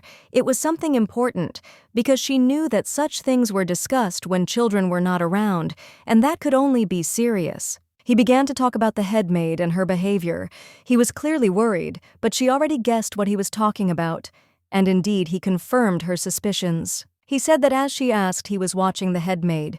He had never paid attention before, but now he realized how scary and dangerous this person could be. Anastasia was determined to tell her husband what had happened that morning, but she felt it would not be easy. The information she was about to pass on could turn everything in their home upside down. She listened to the details, but she could not understand what had prompted the headmaid to do such a thing.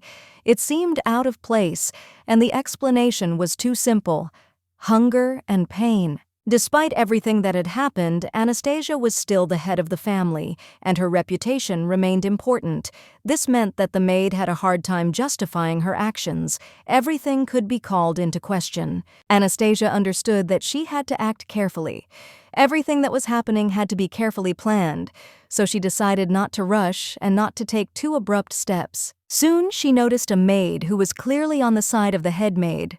This left Anastasia with no choice. She had to figure out what was happening to the end without missing a single detail. She suggested changing clothes and invited the children to follow her. It was important that everything happened under her control. In this house, no one could act without her knowledge. Anastasia decided that it was necessary to check everything thoroughly. The initiator of this conflict could hardly hide his tracks. She knew that the truth would be revealed sooner or later. Under her leadership, most of the maids remained loyal, but there were those among them who had doubts. This put her in a vulnerable position. Every step had to be thought out. Those who were on her side clearly left no doubt, but this required caution because even the closest could end up on the enemy's side. In such moments, you always need to be on guard. At that moment, Lilia approached her with a bouquet of flowers. She looked genuinely pleased when she said that they were for Anastasia. This gesture touched her mother's heart, and she could not hide her joy. Anastasia accepted the flowers with gratitude and promised that she would definitely put them in the best place. She was glad that her daughter cared about her so much and did not leave her in difficult moments. Lily noticed that her mother had changed her clothes and asked why she had done so. Anastasia did not want to explain that her mood was no better, but at that moment she decided that changing her clothes would make her mood lighter. In fact, Anastasia had another intention. First of all, she had to change her clothes so as not to show her excitement. It was all connected with the fact that she managed to find out from the maids about the incident with the headmaid. She chose an object that was so obvious that it seemed downright absurd. At first glance, the choice was too obvious, almost ridiculous, but there was something hidden in it. It was quite brave of her. One of the maids had passed on the message that there was something wrong with the box and they were having problems. The news had come unexpectedly and the situation had suddenly become important. At that moment, the lady immediately realized that something had happened. Possible reasons quickly began to line up in her head and her gaze became determined. She was ready to figure it out, but she did not expect this. The maid looked at her expectantly, but Anastasia decided that there was nothing to worry about. She understood that this whole situation was nothing more than a small misunderstanding. However, the maid was clearly worried. As soon as Anastasia said her words, she noticed the disappointment on the maid's face. It was so obvious that her expression became almost offensive. Her displeasure was visible to the naked eye. The lady couldn't understand how it was possible to have such a strong impact on an adult. Why was everyone reacting so alarmed? Why was it such a big deal when nothing serious was really happening? How could adults who usually have so many worries and problems interfere so actively in the life of a small child? It was strange and inappropriate. There was no rational explanation for such behavior. It would be understandable if it was simple maids, but the headmaid was behaving completely unpredictably. This added even more headache. Anastasia could not understand why she was behaving so strangely. After all this, woman had nothing to do with Elliot for a long time. How could she treat him like that? There was no logic to her behavior, only strange mood swings and an uncontrollable hostility. Anastasia couldn't even imagine how much this could hurt a child.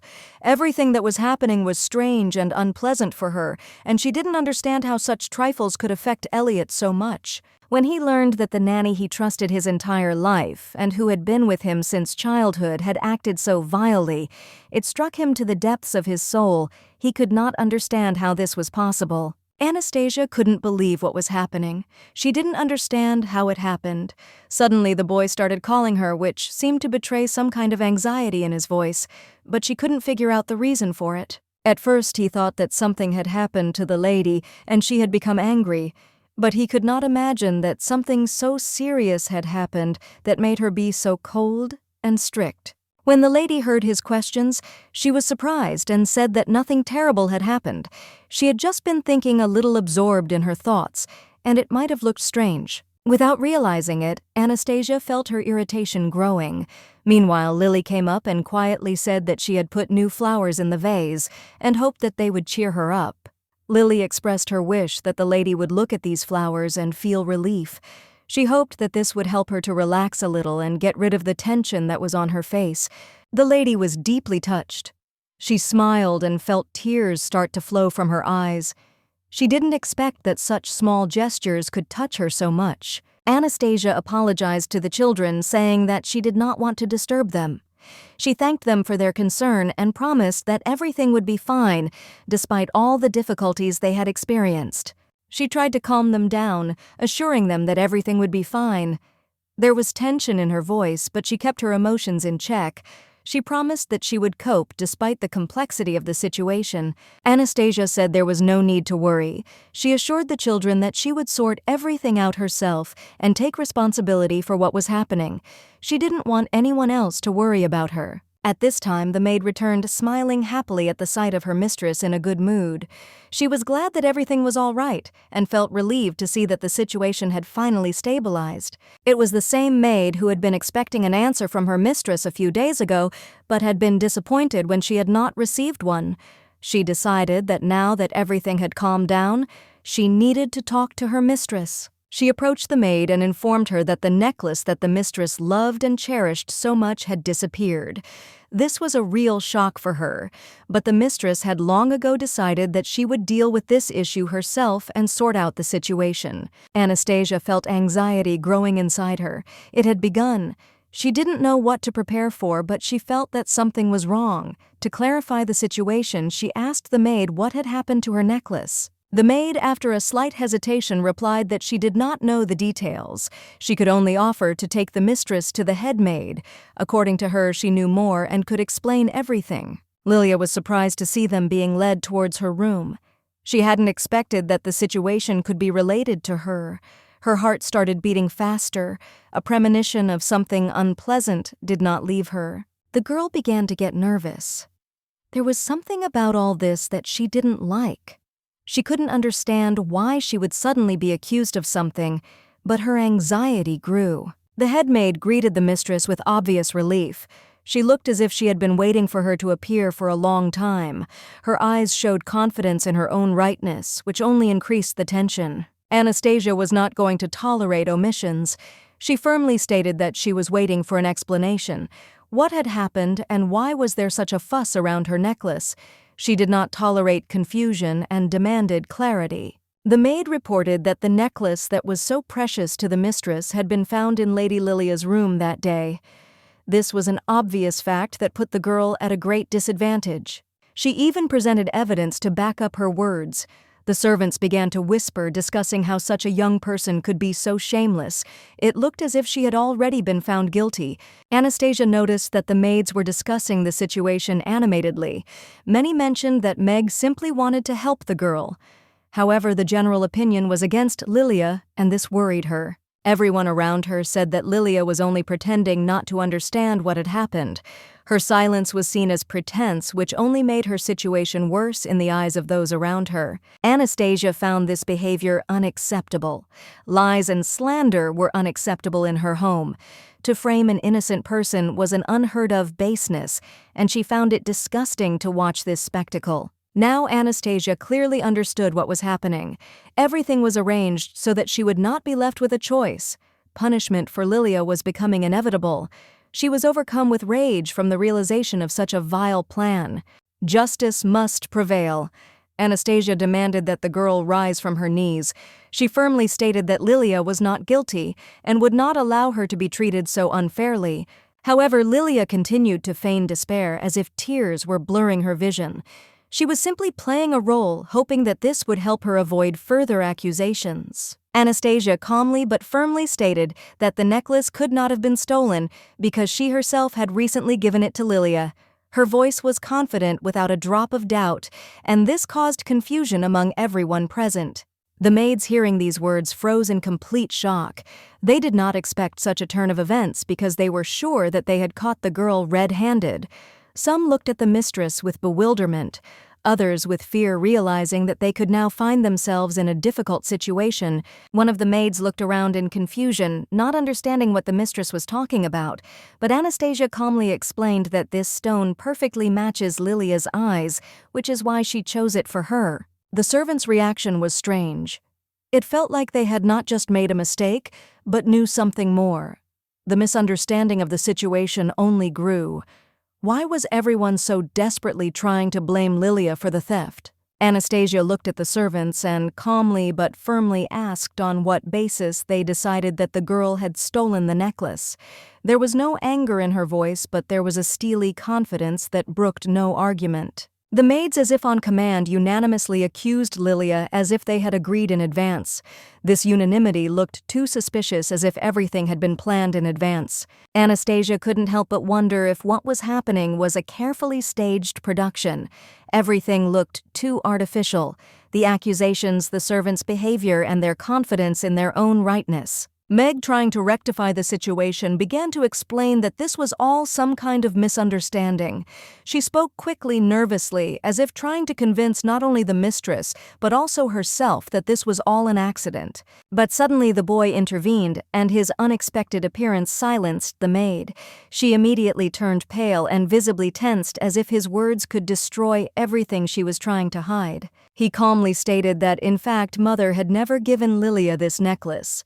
His voice sounded confident without a shadow of a doubt, and this statement left everyone stumped. Meg clenched her fists, knowing that the younger gentleman was unwittingly making things worse for her. She desperately tried to think of a way to stop him before he said something even more dangerous. Anastasia looked at her son with bewilderment. She didn't understand why he had interfered at all. His words could have destroyed everything, but why would he? Didn't he understand that he was going against her? The boy came closer and, looking his mother straight in the eyes, calmly said that his nanny Meg had taken the necklace. A heavy silence hung in the room. Everyone froze, waiting for her reaction. Then he added that it was Meg who had brought the necklace and planted it in Lilia's room. He spoke calmly, but there was a hidden resentment in his voice, as if he had known the truth for a long time, but had kept silent. Ivanka immediately flushed with indignation, looking at the boy with distrust. She demanded what he was talking about because she would never dare to take something that belonged to the mistress. But the boy only coldly replied that at first he had promised to keep it a secret, but now, seeing how unfairly Lilia was being accused, he could no longer remain silent. That day he saw absolutely everything she did, and he couldn't just walk past it.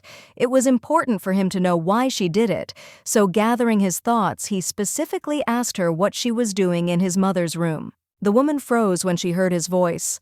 At that moment she felt fear pierce her heart. She couldn't believe that he had seen everything. It seemed impossible.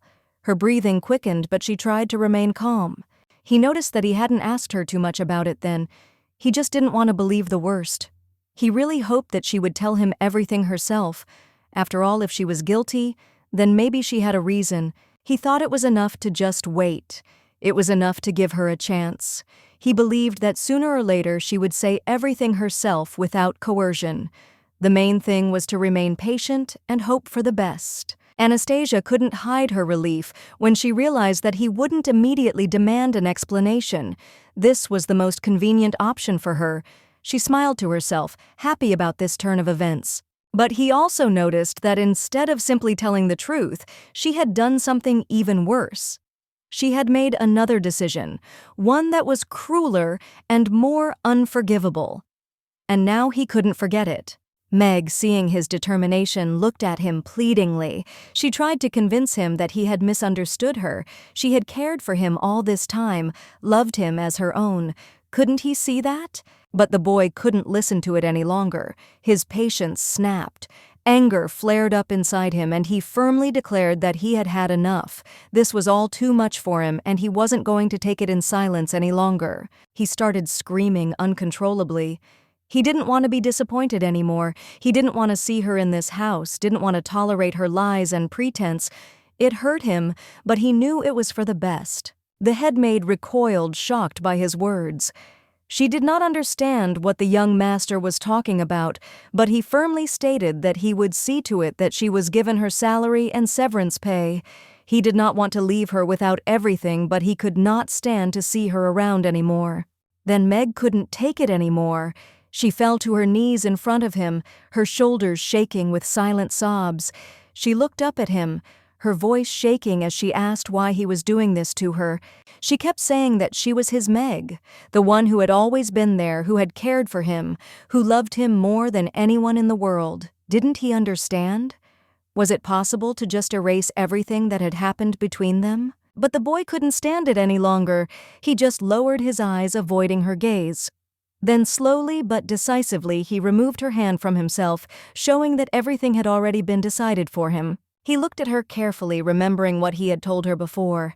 She must not disappoint him even more.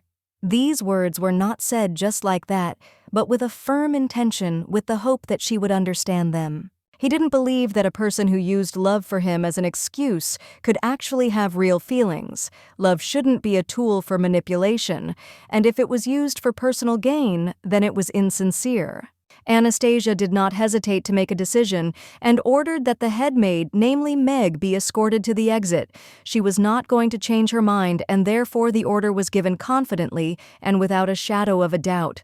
The girl desperately asked to be released, begged to reconsider the decision, insisting that this was not right. Her voice trembled. Tears glistened in her eyes. She hoped that she would find at least a drop of sympathy. She couldn't understand how the younger gentleman, the one she had known since childhood, could do this to her. Didn't he feel any pity for her? Didn't he understand how much pain this exile was causing her? Elliot felt a strange heaviness in his chest. He looked down, feeling something inside him skip a beat. He felt a little sad, even though he knew he had done the right thing, but that didn't make it any easier. But his mother turned to him and, looking him straight in the eyes, said that he was a fine fellow. These words were spoken calmly but firmly, as if a statement in which there was not a drop of doubt. Hearing this, the boy could not hold back his emotions, and tears treacherously came to his eyes. He asked again if she really thought so, as if it was difficult for him to believe the praise he had been waiting for so long. His small shoulders were weighed down by a weight of sadness he didn't yet know how to handle. It was something new, something he was just learning to live with, and it was weighing on him more than he could bear. Anastasia hugged him to calm him down a little. She knew it would take courage to accept this pain, but she hoped her warmth would help. Elliot couldn't take it anymore, and burst into tears loudly, uncontrollably, releasing everything that had built up. Elliot was crying, and Lilia just sat there not saying a word. She didn't know what to say or do, and just watched them, realizing that sometimes it was better to just be silent and be there. After a while, the boy raised his head and quietly said that he was okay. He tried to pull himself together, knowing that he couldn't let his emotions control him. He wanted to be strong. But his mother looked at him and said firmly that if he wanted to cry, he should cry as much as necessary. She didn't want him to hide his feelings, didn't want him to push them inside, because he was really hurt and he needed to let those emotions out. Sometimes tears are the only way to cope with pain, and now he had every right to them. Elliot wiped his tears and said with quiet determination that he had had enough. He was an adult and shouldn't cry so much. Despite this, there was gratitude in his voice for the support. He knew he had been through a lot, but he didn't want to be seen as weak. After these words, Lilia looked carefully at Elliot and his mother. There was hesitation in her gaze, but she felt that she could not simply remain silent. She knew that she had to say what had long weighed on her soul. Taking a deep breath, the girl forced the words out, admitting her guilt. She said that she was very sorry because all this happened because of her. Her face was pale and her hands were shaking as if she expected condemnation or anger in response to her words. These words made her cry herself, but before the tears had time to flow down her cheeks, Anastasia rushed to her, worried by such a confession. She gently grabbed her hands, and there was alarm in her voice. She could not understand what the girl was talking about at all. Lily, sobbing, explained that she had once become hateful to those around her through her behavior, and if that had not happened, then perhaps all these events would not have happened either. There was genuine sadness in her voice, mixed with the feeling of guilt that she carried within herself, but Anastasia couldn't accept such words. She didn't understand why the girl blamed herself, because before her stood a kind, pure heart that could not harm anyone. Her mother's heart was squeezed with pain seeing how deeply Lilia was suffering. In her rage, Anastasia remembered Meg and even wanted to call her again to hit her with a stick for all the evil she had done to Lilia. Her voice was firm when she said that the girl was not to blame. Everything that had happened was the result of the cruelty of others, but not her actions. Lilia shook her head and tearfully admitted that despite everything the people of the duchy continued to hate her, she was sure that if she had not been here, none of this would have happened and many would have been better off. At that moment the maid entered the room. She heard the girl's last words and immediately intervened firmly, stating that this was not true. Lily was wrong because there were many people who liked her, and her presence was important to many. Jane smiled warmly, saying that, for example, she liked Mrs. Lily very much. Anastasia immediately felt relieved because the maid's words were an exact answer to the girl's fears. She was grateful to Jane for such support. The maid added that Lily was not only kind, but also incredibly brave and fair. Not everyone could endure so many trials and still retain the light within. Jane looked at her with admiration, and there was not a drop of flattery in her words. However, Lilia shook her head looking down. She quietly replied that she did not feel brave or fair at all. There was doubt in her voice, as if she did not believe in herself, and even words of encouragement could not dispel her uncertainty. The maid did not agree, despite everything, because Lilia had once helped her when the headmaid was cruelly bullying her. This act remained in her memory as something important and significant. Then Jane realized that Mistress Lily was very brave despite her young age. She was not afraid to stand up for the maid even before the younger master came. This impressed her. Jane was amazed at Lilia's determination, especially considering that she had acted before Elliot had even arrived. It was almost unbelievable to her, such courage and willpower. Jane asked Anastasia to understand what a wonderful and extraordinary person she is. Even now many adore her, and in the future the number of those who will love her will only grow. Anastasia, smiling, admitted that she also loved Lilia very much. Elliot supported her words, adding that Lilia is truly a unique person, worthy of respect and love from everyone. Lily blushed slightly and smiled back, feeling both happy and a little embarrassed. She hadn't expected such a reaction, but she was touched by how sincere everyone was towards her. Lily thanked them all for their kind words while the Duke stood by the window looking thoughtfully into the distance. His thoughts were somewhere far away, but he was still close to them, maintaining the atmosphere. He was tired, and listening heard a noise as if someone was hurrying to him with important news. Through the silence, a voice reached him shouting loudly that he needed to speak to the Duke. When the Duke turned around, he saw the Turkish servant holding the headmaid in his arms. It looked strange, and the Duke immediately realized that something was wrong. He asked what had happened. The headmaid screamed and insisted that she was innocent. She had always been loyal to the Duke, but she had been thrown out, and now she was asking for help. Her voice was full of despair and resentment. She insisted that all her actions were absolutely correct, and she never let her master down. But this time her mistress kicked her out, and now she was looking for justice. The maid asked the Duke to hear her side of the story, and seeing her persistence, he allowed her to come in and tell him everything that was on her mind. But she did not know what she would hear in response. Meg noticed that nothing was more important to her than that the Duke would listen to her. She believed that only he could understand her and take her side, and this gave her hope. But the Duke interrupted her, telling her not to be mistaken. He had not invited her to hear her point of view, but for another reason. This warning was unexpected for her. The Duke learned that Elliot had fired the maid and promised her a salary and severance pay for this month, but he did not believe these promises and decided to talk to her himself to sort out the situation. He invited her to share her own thoughts and explained that the situation was much more complicated than she thought. The Duke wanted to figure out for himself what was really going on.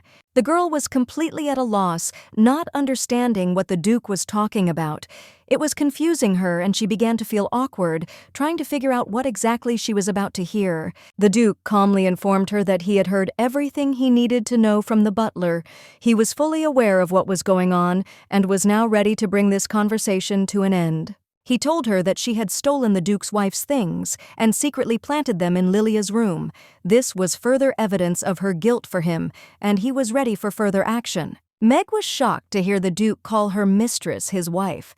It threw her off balance, but what was even more shocking was that the Duke knew absolutely everything that went on in the house. The Duke said that was not all. He also knew that the maid had lied when she told him about the relationships within the Baron's family. These revelations added even more gravity to the whole situation. He said that the Baron and his family had appropriated all the funds that were intended for Lilia's living and had abandoned her to her fate. This could not remain without consequences. The maid was in a panic. She did not understand how the Duke had learned all these details. He calmly said that given her actions it would be strange if she went unpunished. The Duke added that he believed she would be subjected to a family penalty that would be far more severe than any legal sanctions. He had no doubt that she would be punished. Family punishment in their world was much more severe than official legal measures. In the kingdom, even imperial laws could not interfere when it came to punishments issued by the most influential families. The sanctions imposed by the Valois family, the most powerful in the empire, were uncontestable. They were so strong and unquestionable that they could not be overturned even by the highest laws. She had worked for him for many years, and during that time they had grown close. He hoped that her long service and dedication would soften the punishment she might have to endure. When she realized the gravity of the situation, it became clear to her that her situation was critical. She had to leave the house immediately before it was too late. Time was running out. In desperation, the girl approached the Duke and confessed that he probably understood perfectly well what she felt. Her words carried bitterness and fear that she could no longer hide. The Duke looked at her with bewilderment, not quite understanding what she was talking about. He was puzzled and asked her again, trying to understand what exactly she meant. Tears rolled down her cheeks and she began to sob, saying that she had always felt this way since she was a child.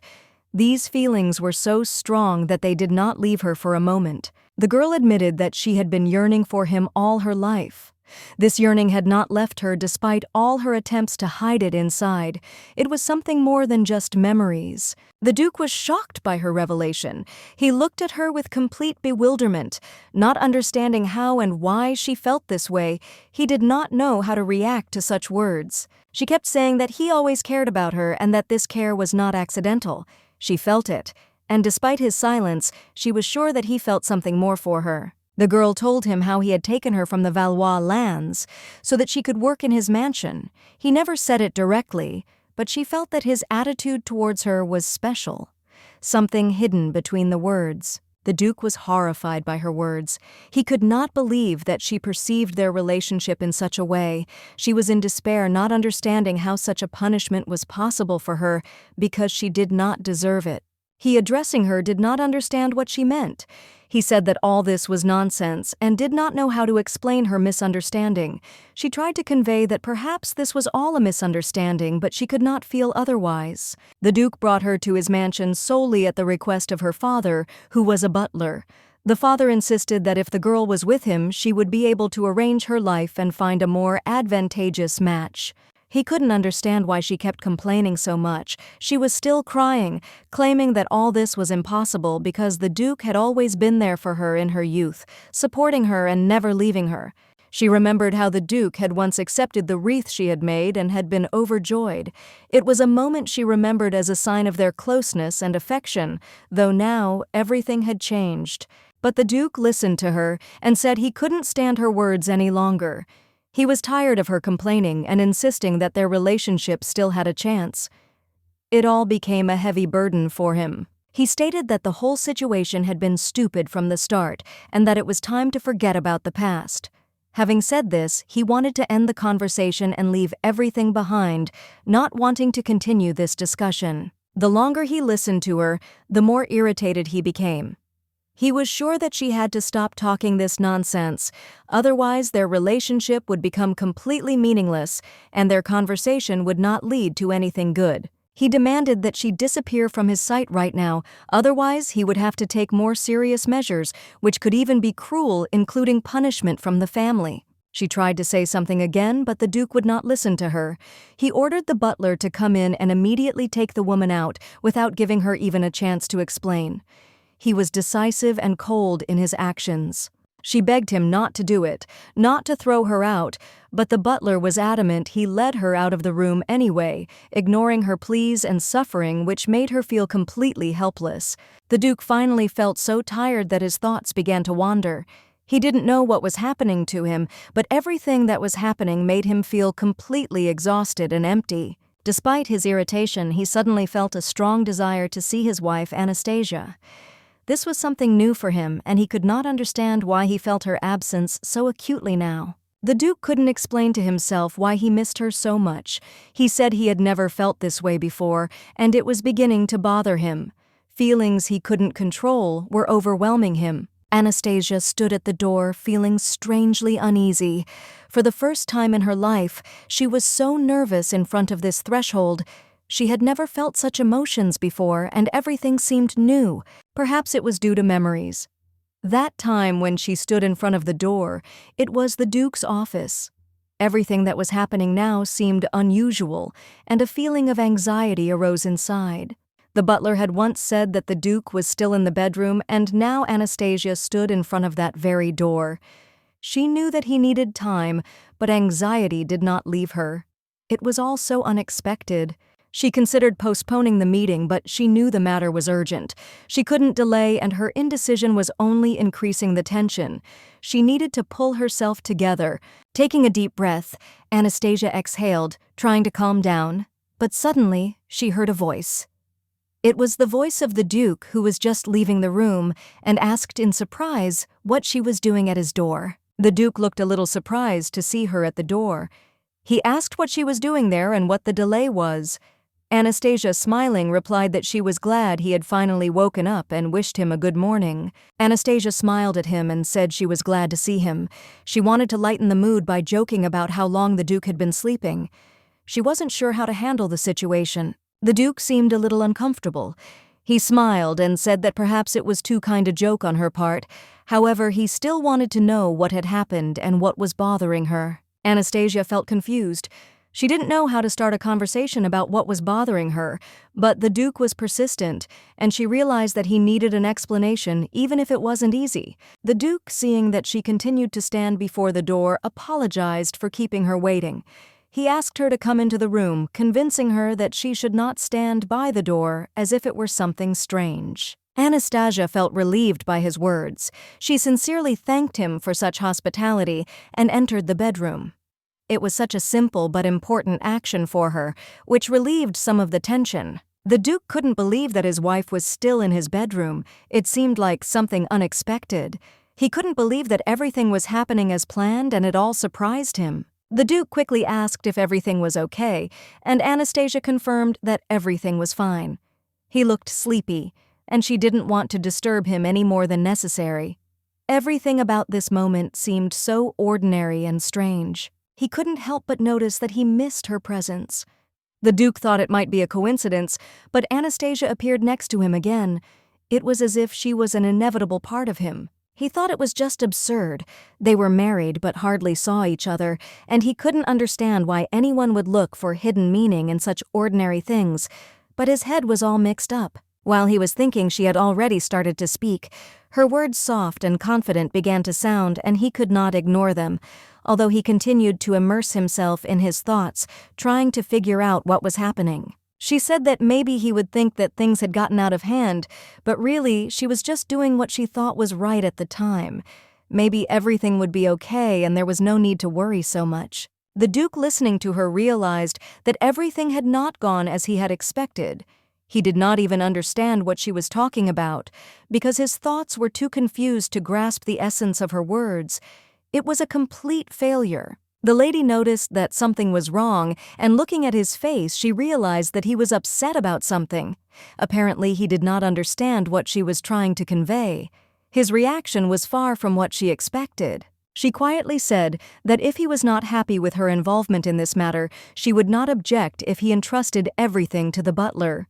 It seemed that she had decided to give him the opportunity to decide everything himself. The Duke lowered his head, admitting his confusion. He said he did not understand what she meant and asked for forgiveness.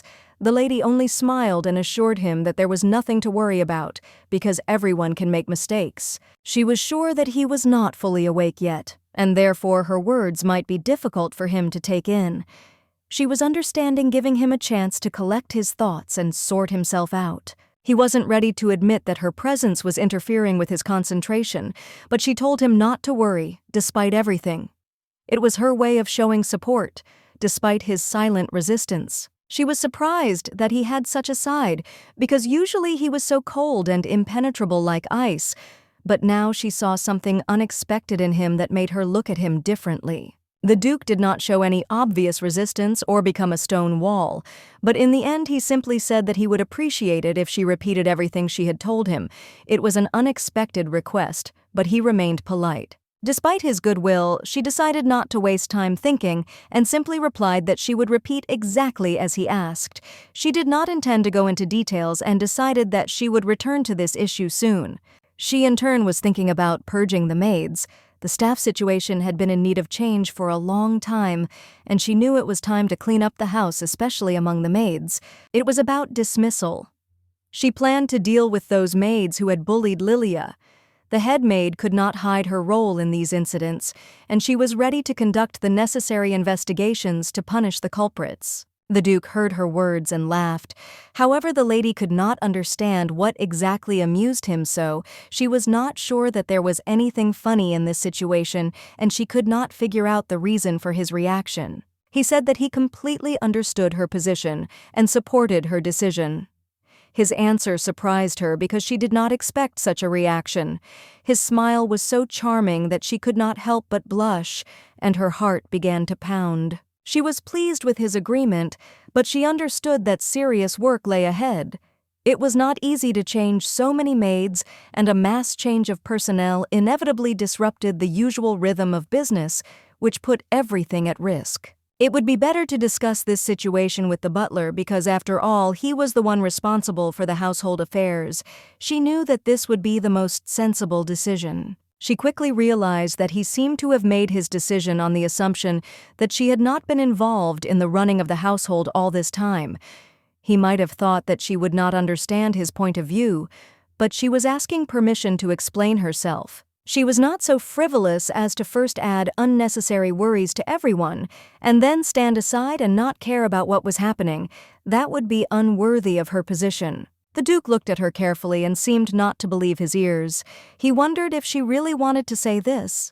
It was so unexpected that he did not know how to react. She confirmed that although it was a little late, she would now assume the duties of the mistress of the estate. She felt that the time had come to take charge. As befits a duchess, she expressed the hope that he would not object to her decision. The Duke, of course, was shocked by her determination, but deep down, he was not against this step. He thought it was too sudden, and there were doubts that things might not work out as she hoped.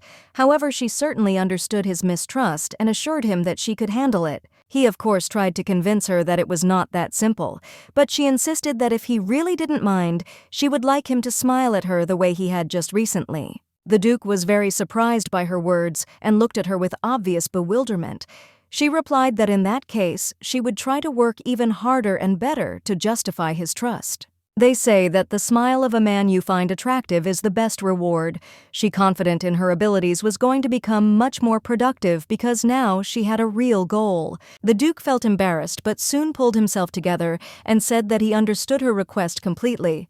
He seemed sincere, but there was uncertainty in his voice as if he was still trying to comprehend the situation. He promised to try, and the lady laughed reservedly, not understanding why he was so naive.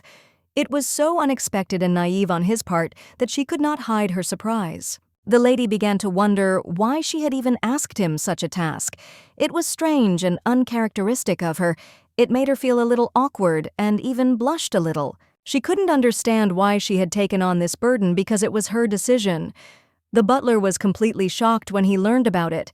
His surprise was genuine, as if he hadn't expected this from her. He couldn't understand why she was thanking God for volunteering to do this. After all, it was her own desire, and it wasn't entirely clear how he could appreciate it. The Duke handed her a report on the estate's budget, including all the income from the duchy's lands and surrounding areas. It was a detailed and impressive document for her to work with. He carefully handed her all these papers and said that she was his savior. There was gratitude in his words, and he wished her luck, hoping that she would cope with this difficult task. Now that all this work was finished, he hoped that he would finally be able to sleep for more than 5 hours. The Duke's work schedule was too busy, and he had not known what a full rest was for a long time. However, at this point, the lady was already feeling very tired. There was too much work, especially in terms of paperwork, and she knew that she had a long night at the table ahead of her. But what's done is done. She decided it was time to get used to this kind of work. There was no point in refusing, and she just needed to learn to cope with the workload even if it was difficult. She took the first step and decided to start with the budget. In the documents, she found a lot of expenses that surprised her. She did not expect that such amounts would be at her disposal, and this really shocked her. When she found herself in front of the figures, she realized that more than half of the expenses were spent on the Marquise of Saxe. This was her home, and this surprised her greatly.